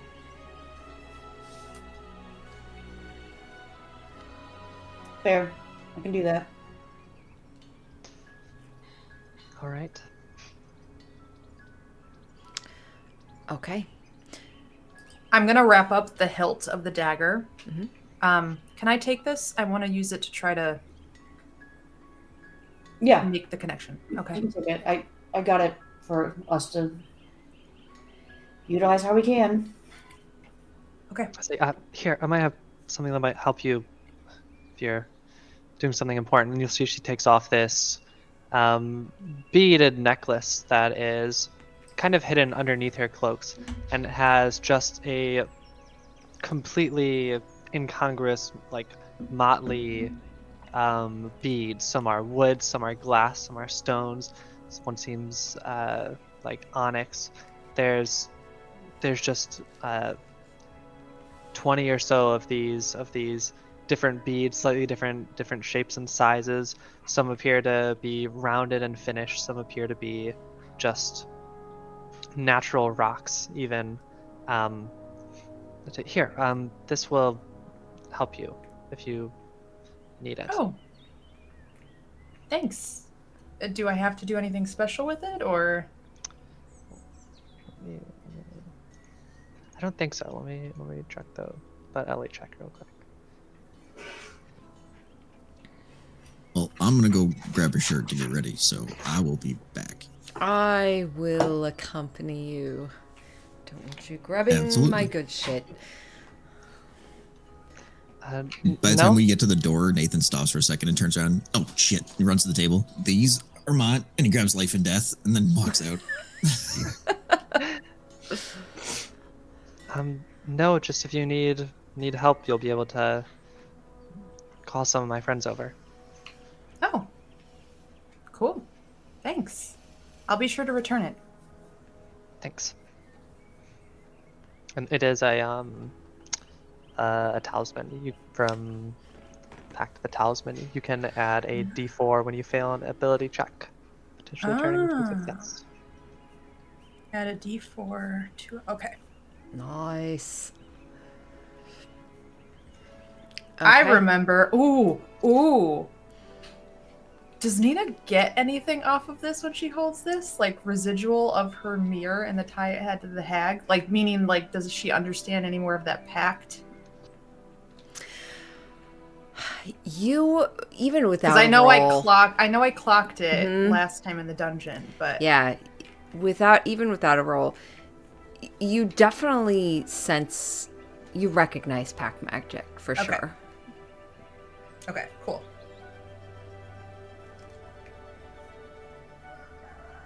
Okay. Yeah, I will go and wait outside for Nathan, and then we will head to Belivos. Okay.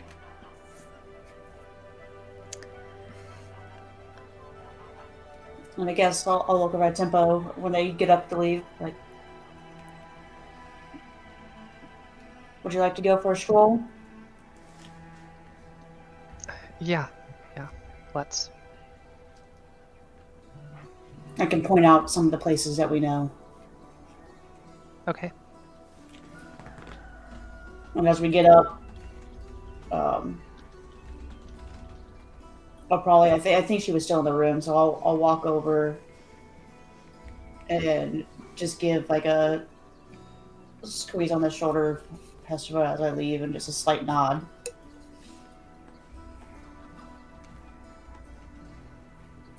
She 100% just kind of sits back with a glass of tea and just sips at it with the smallest of nods as you leave. And then Nathan, Parsonus would escort you back to his chambers, and Char would follow behind, and he would insist you take from his good closet. Okay. And So you got one in here that is interesting, my friend. everything in there is interesting. Right. So, and he'll just like pick up the hanger and kind of hold it up. Is all okay? You see him kind of look at it for a moment, reach forward, pull the sleeve forward. He takes it and holds it in front of you. No. It's perfect. And pushes it at you. And he kind of looks at it for a second. He has gold scales, you know. I do. All right. And he leaves. And yeah, Chara is going to spend the day with Parsonus, and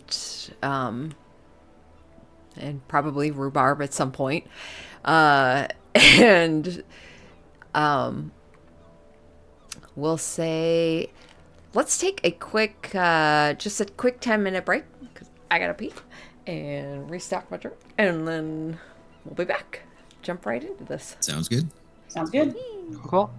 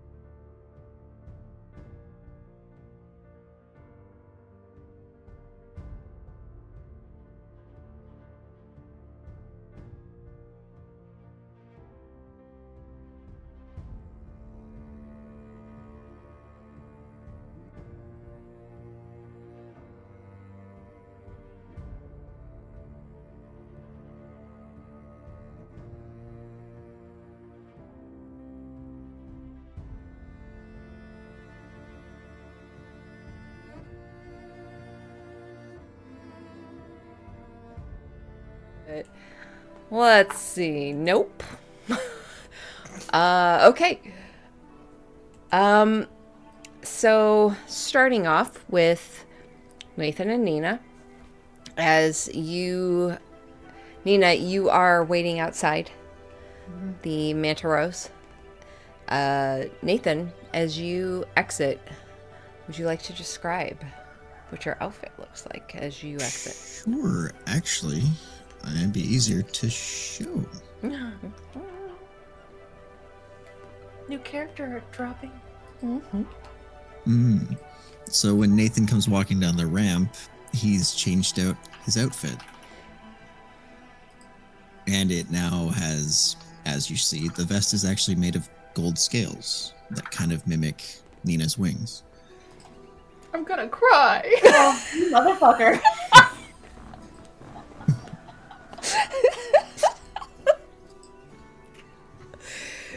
I think she just kind of like blinks, surprised. Oh. Wow. Hi. You look nice.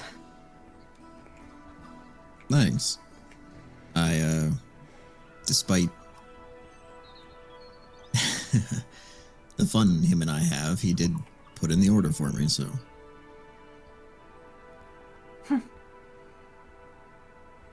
And he opens the jacket a little bit, and you see that like, little thread just wave at you. He's happier. Good. She kind of walks over and just kind of like pats the like lapel of it a little bit. Yeah, you clean up nice. Thanks. I'll try. Well, Plus, he kind of like taps the vest a little bit, and it's actually like a hard leather. A little more protection. dragon scales are a little bit wetter for that. Although Hmm. those are leather, so. I didn't want to try to get the real thing. Well, I've got plenty more of them coming in. I feel like she kind of stretches uncomfortably, but Fair enough. anyway, you. New? I guess. Yeah, the more I've been using my magic a lot lately, and especially with the hag gone, my dad always warned me something like this would happen. Having the draconic influence, it starts to not take its toll, but build up on you a little bit. I think I might be sprouting wings.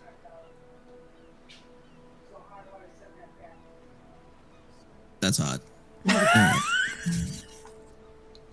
Okay, let's get this over with. I'm eager to confirm that I won't be taken over by a void god stuck in a dimensional prison. Well, I'm here with you.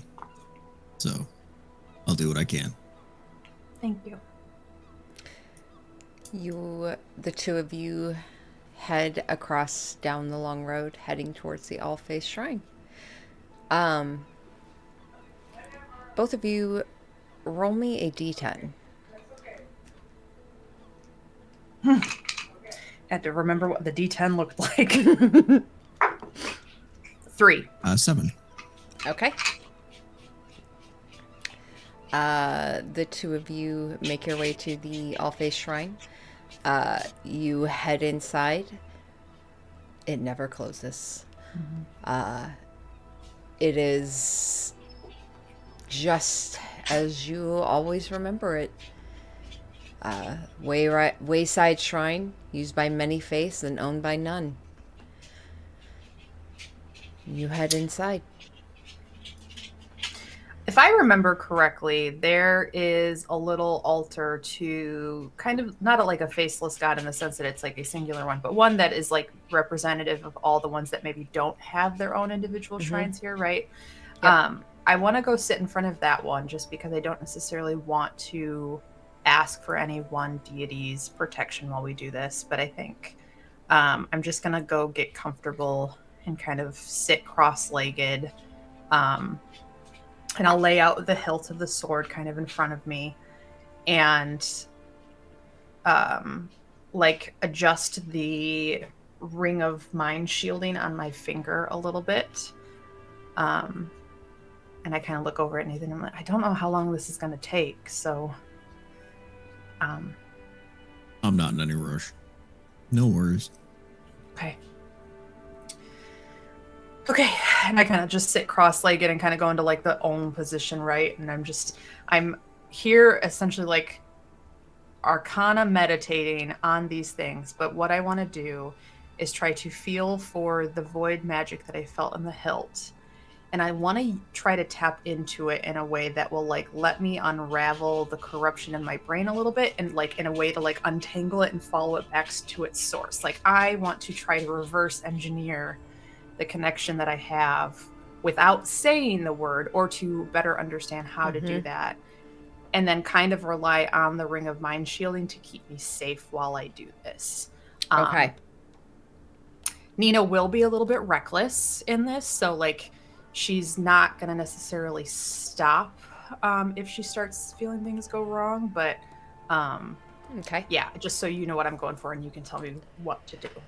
So I would say this probably needs to be...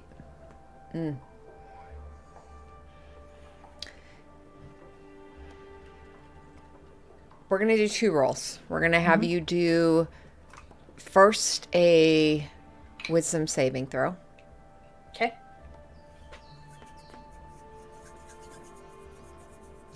And is the talisman just for an ability check, Ellie? Out of curiosity? Okay. Yes, it is just Okay, ability that's checks. fine. Just wanted to make sure.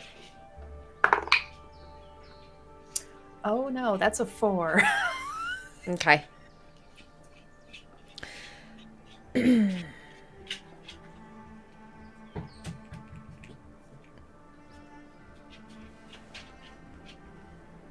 And then also go ahead and roll me an Arcana check. Man, I'm gonna use my rainbow dice because they're. I'm not even gonna finish that sentence. What did you say, Arcana check? Yes. 14. And that you can add the talisman to, I believe. If you want. If it's a failure. Oh, So that's first, right. That's yeah, right. I'm unlike sorry. anything, first she gets to know if it even succeeds, and then, yeah. All right. 14? Does not succeed. Okay, I'm gonna throw it. I'm gonna like reach up and kind of give the amulet, or the beads, a squeeze. 15 Okay. plus 1. All right. 15. And as you do that, you see some of the things that some of these little motes of light that surrounded me suddenly start to flicker in, just a couple of them around you. And while they're around you, you feel like you glance at one and it actually looks like a small humanoid. It looks like it has more figure. And it just rushes up to you. Thanks, she says kind of quietly to the little spirit. You say quietly to the spirit, and you start to see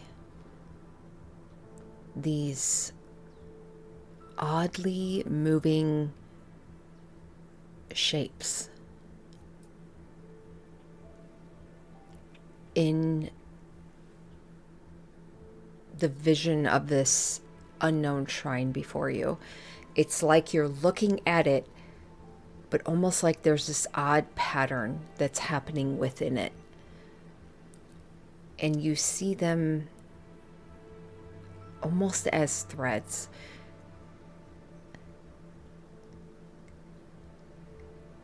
And then the threads pull taut.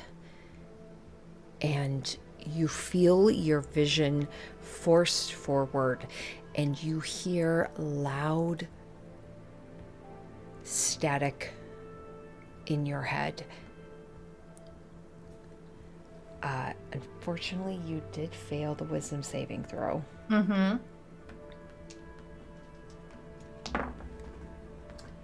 Well, that's not bad. You only take 3 psychic damage. Um, I think Nathan sees Nina like wince a little bit. It's like an eye twitch, but then like there's no really register of that. this process of you sitting here and doing this has taken about 45 minutes, we'll say. Mm-hmm.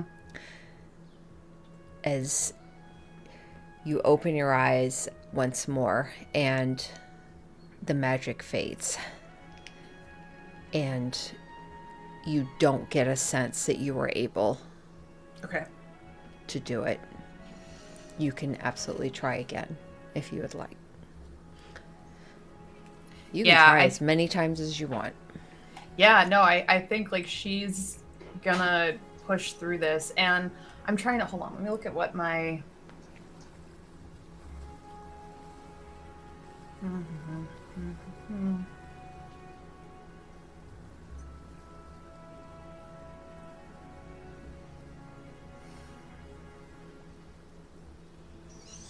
I'm such a damage focused spellcaster. I don't have anything to boost myself. I was trying to see what else I could throw in the mix here. Twin spell token, elemental affinity. Give to the metallic dragon. What does this one do again? Okay, yeah. No, I think I'm just gonna keep sitting here. I'll keep pushing through it.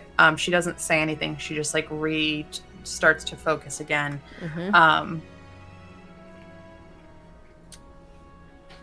Yeah. All right. You dive back into it. Same 2 rolls? Same two.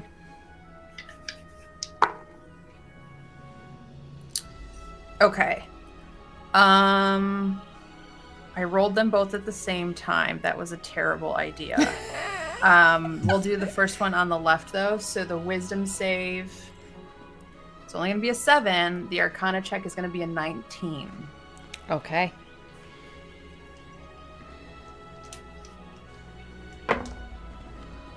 Oh, that's significantly higher.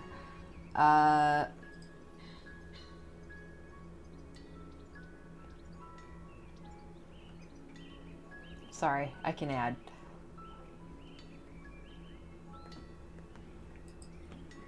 That is 22 points of psychic damage. Okay. And you feel the connection break again. Okay.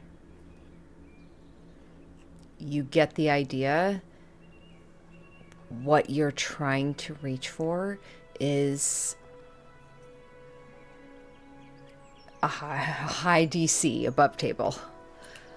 And is the wisdom save what I need to succeed on, or is it the arcana? The It's arcana. the Arcana. Okay. Yeah. It is to understand this magic Yeah. is... No. I Totally. will explain Totally it makes because... sense. Yeah. I'm gonna do it one more time. Okay.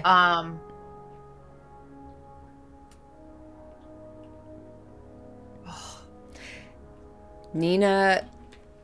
Nathan, yeah, I was going to say, just to add in, you slightly feel this warmth on your shoulder for a second. You got this. And you get 5 HP back. Thanks.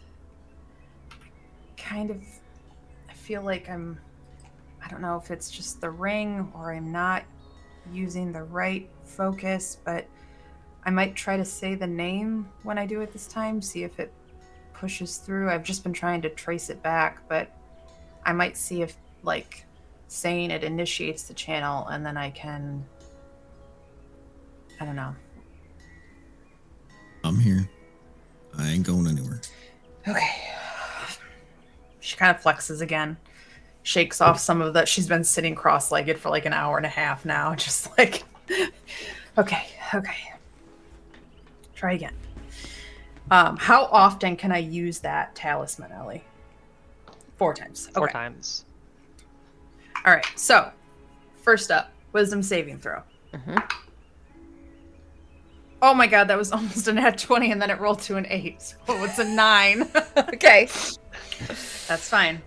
Okay. come on. I shouldn't have used my inspiration earlier.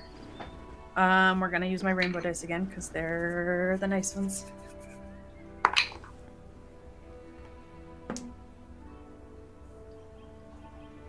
They were the nice ones. And a D4 won't do shit for that. I think Nina just like growled. Tell me what damage I took, because I know I took damage. Yes. You took 24 points of psychic damage. Okay. And I think at this point, Nathan starts to see like sweat is beading on Nina's temples, like she is exhausting herself doing this. Because you said the name this time, right? Yeah.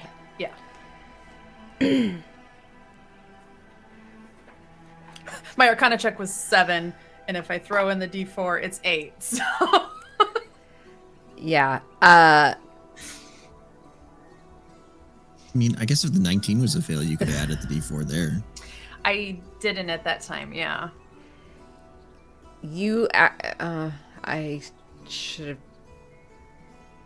said this anyways. It should have been not the wisdom save, but the Arcana check should have been with advantage. So you can go ahead and re-roll that. Okay.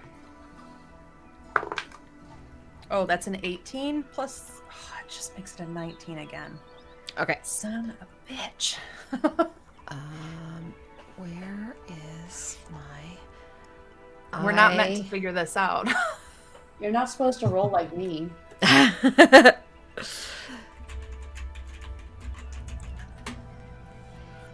You use the talisman twice. Mhm. Yep. I am going to need a roll from you, but...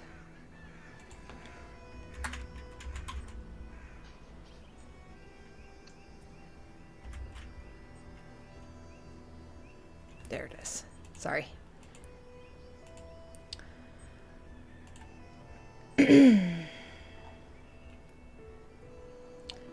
I need a 1d100. Ooh. We're gonna use my original Nina dice for this. Oops.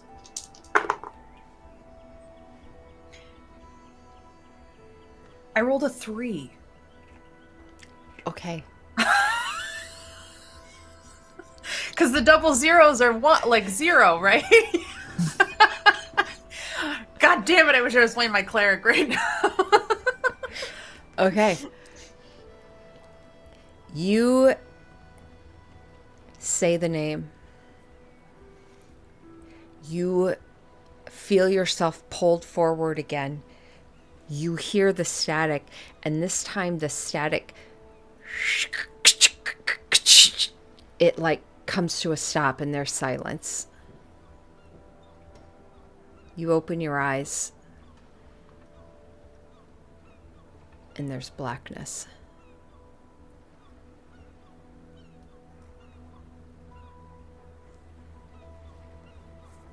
You hear suddenly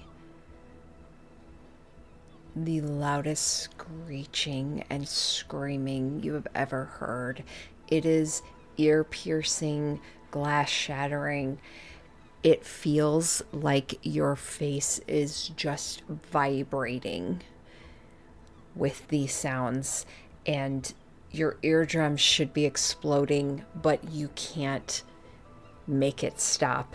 And you feel all of your muscles lock up as Nathan, you watch as Nina suddenly goes rigid and her head goes back and her eyes roll back into her head.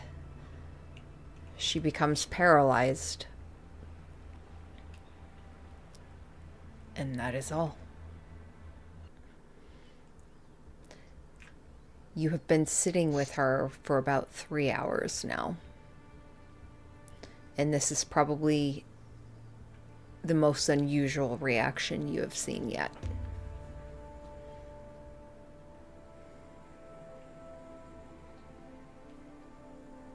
Do I still feel like I'm in darkness? Or am I back in the shrine just paralyzed? You see swirling chaos. And amidst these shrieks, you hear babbling sounds, growling, you hear bubbling, all the sounds you would ever think of madness and laughter playing over and over.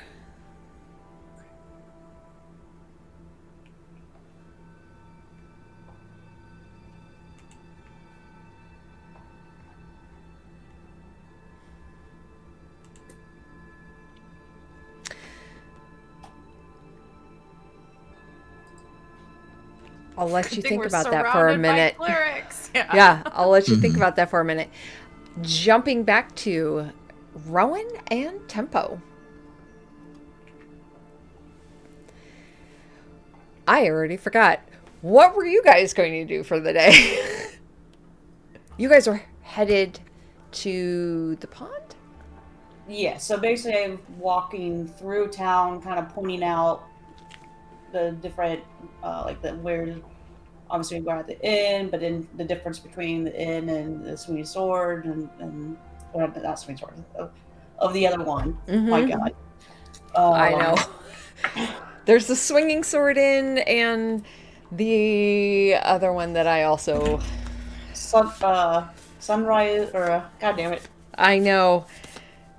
Y'all, I had these memorized 3 years ago.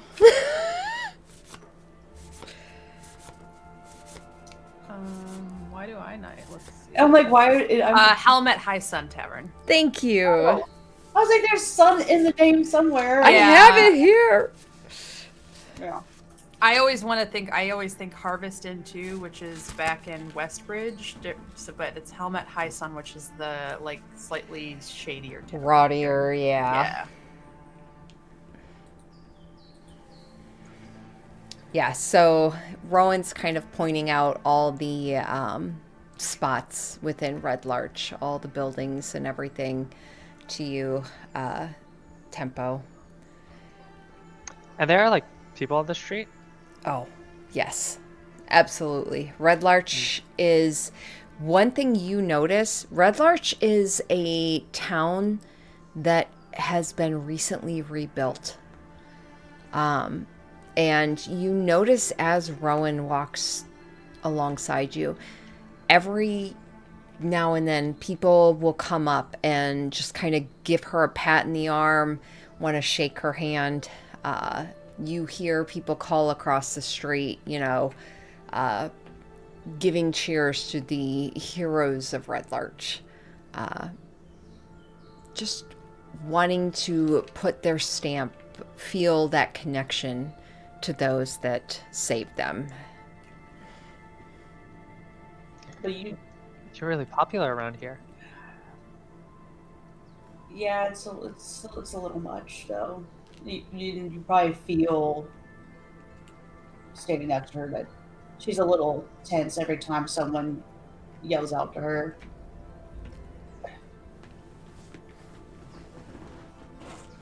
It's one of those things of we showed up here, kind of feel like we caused some chaos, and then also helped solve it, and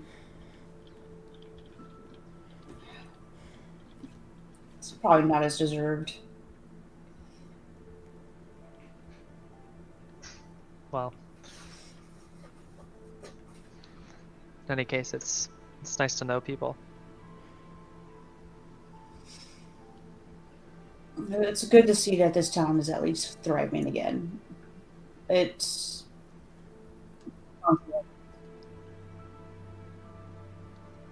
Sorry, you cut out at the end? it's good to see this town thriving again. It's gone through a lot.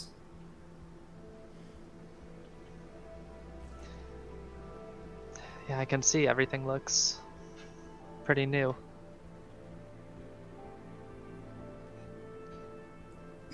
If there's anything you need to pick up, they got a good inventory. They're not super rare things, but anything that you need for the average everyday.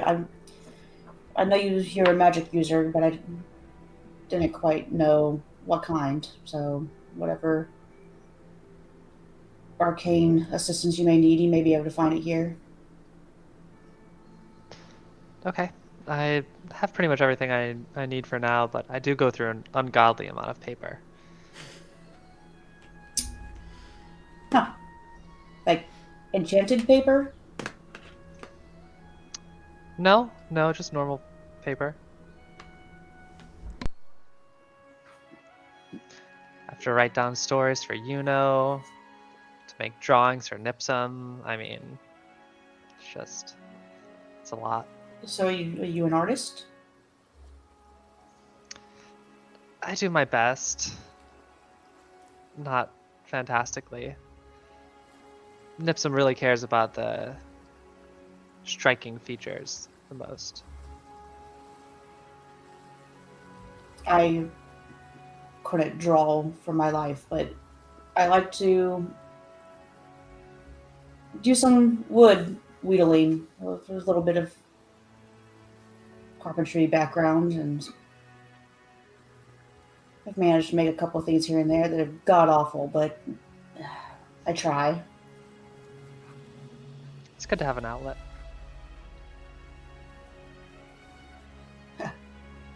It has provided some calmness. I guess we can head over to the pond. That's the spot where I technically met Durgan. You seem to know him to some extent. What happened?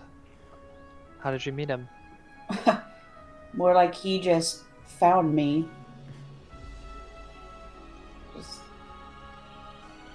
I was standing by a pond asking for a sign, help in the journey we were on, and he was there fishing on the other side.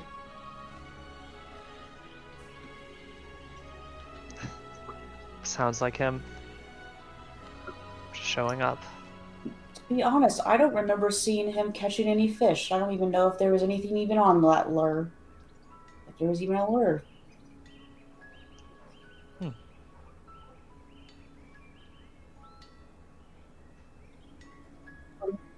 Do you think he was looking for you?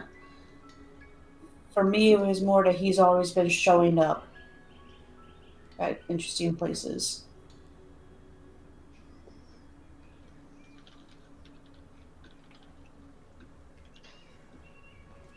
I see. Was that how it's been for you? Yeah.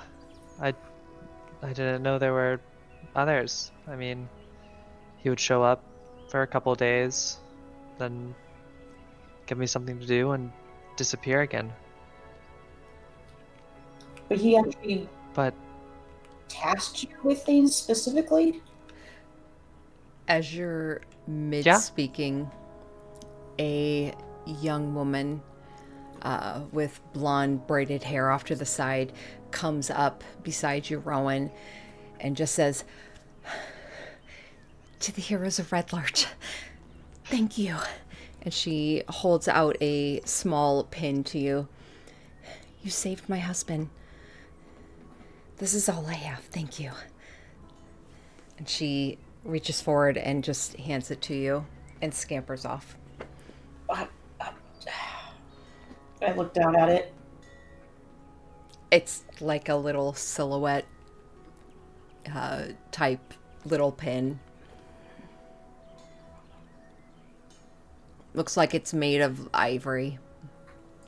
Like a Victorian cameo? Yeah, Like one of the essentially. little- Yep. Oh.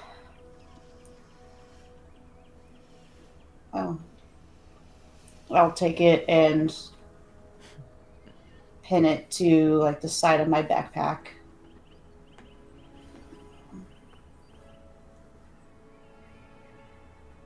Well, that's unfortunate. I kind of wish I don't need to be taking things when they don't have things. It's just...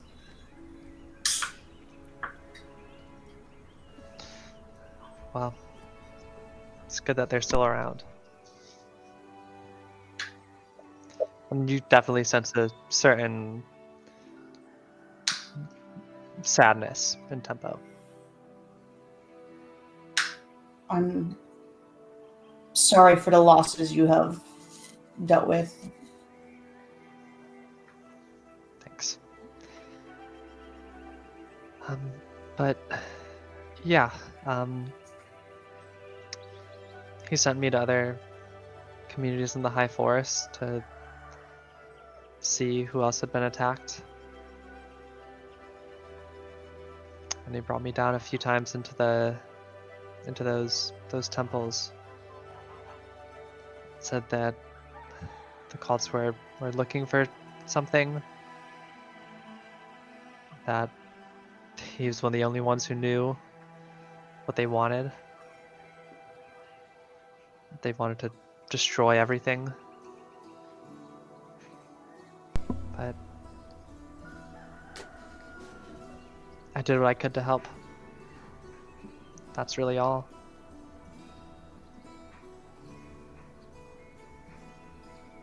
I mean, he's kind of helped push me in certain directions. I guess not direct tasking, but little hints there, here and there. But because of the way he operated with me and around my friends, there's been a little bit of some doubt of his intentions, or at least some weariness because of how he's treated specifically Nathan. What did he do to Nathan?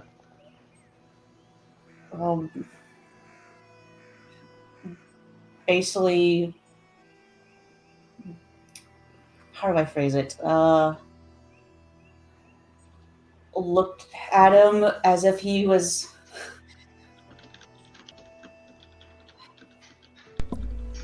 dirty, I guess would be a phrase, and just like beneath him, untrustworthy. Let's just say Nina did not appreciate the looks that he gave him. Another passing couple just says, "To the Voluntold!" Oh boy, okay. They continue walking. Oh. That's odd.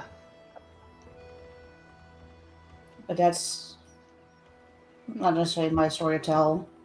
Just played into some interactions within a group. I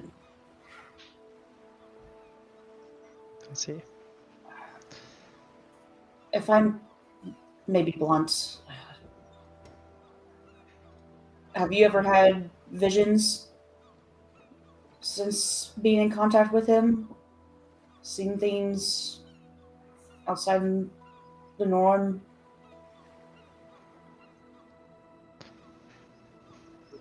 No. No, I haven't.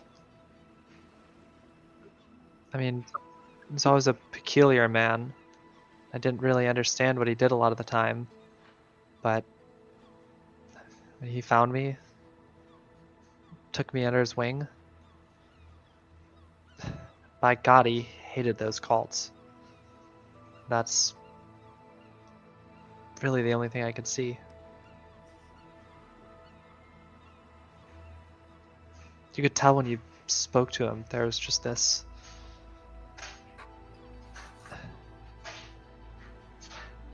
You could tell. Do you think they took someone from him?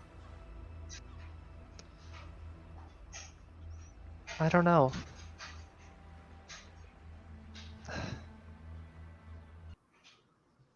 I don't know.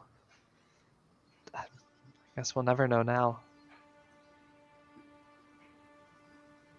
You have no idea where he came from, do you? No. I don't even remember where I was or how long. I wandered around the ashes. Just remember one day he was there.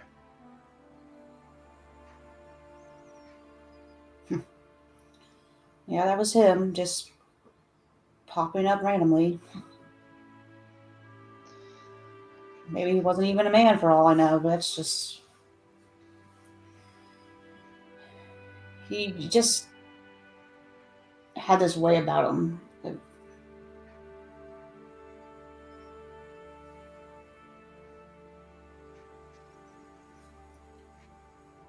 But I'll apologize now. I'm a little hesitant, especially with everything we've dealt with people coming and going, and the timing of you arriving. Just, I'm sorry, but I'm not trying to say that I don't think you have evil intentions, but can you understand there's some hesitation? Of course.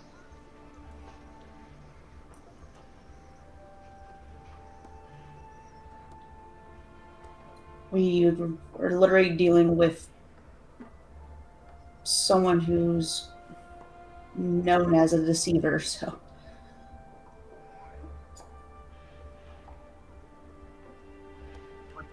What do you mean? Well, that's one of the bad guys that plays a role in all of this. Is Is this deceiver part of the cults? not part of it. It's more being utilized, or has been. Um,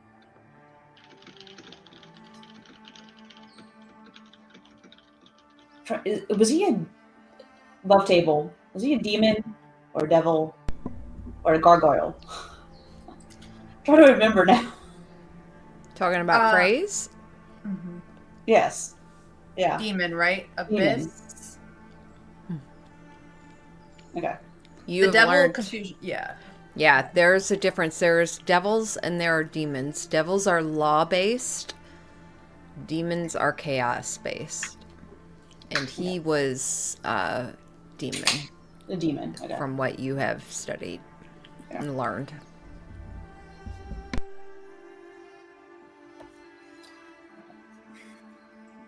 I mean, he went by multiple names, but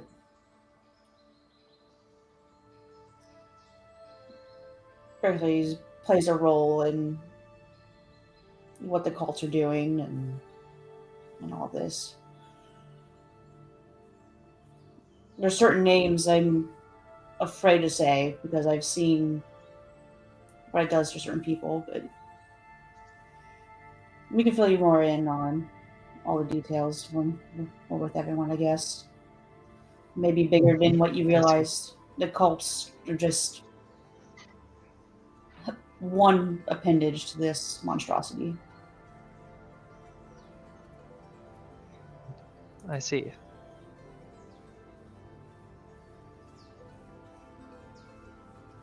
But I think it's fair to tell you that a lot of things tend to happen around us all the time.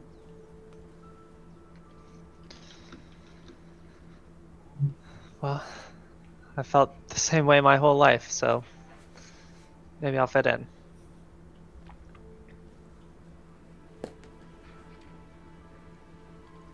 I think you can. To be honest, I was kind of surprised of how welcoming Nina was for you to kind of follow us. Is that not like her? I would say that she's had more hesitation in the past than I did, and it's almost like the roles are reversed.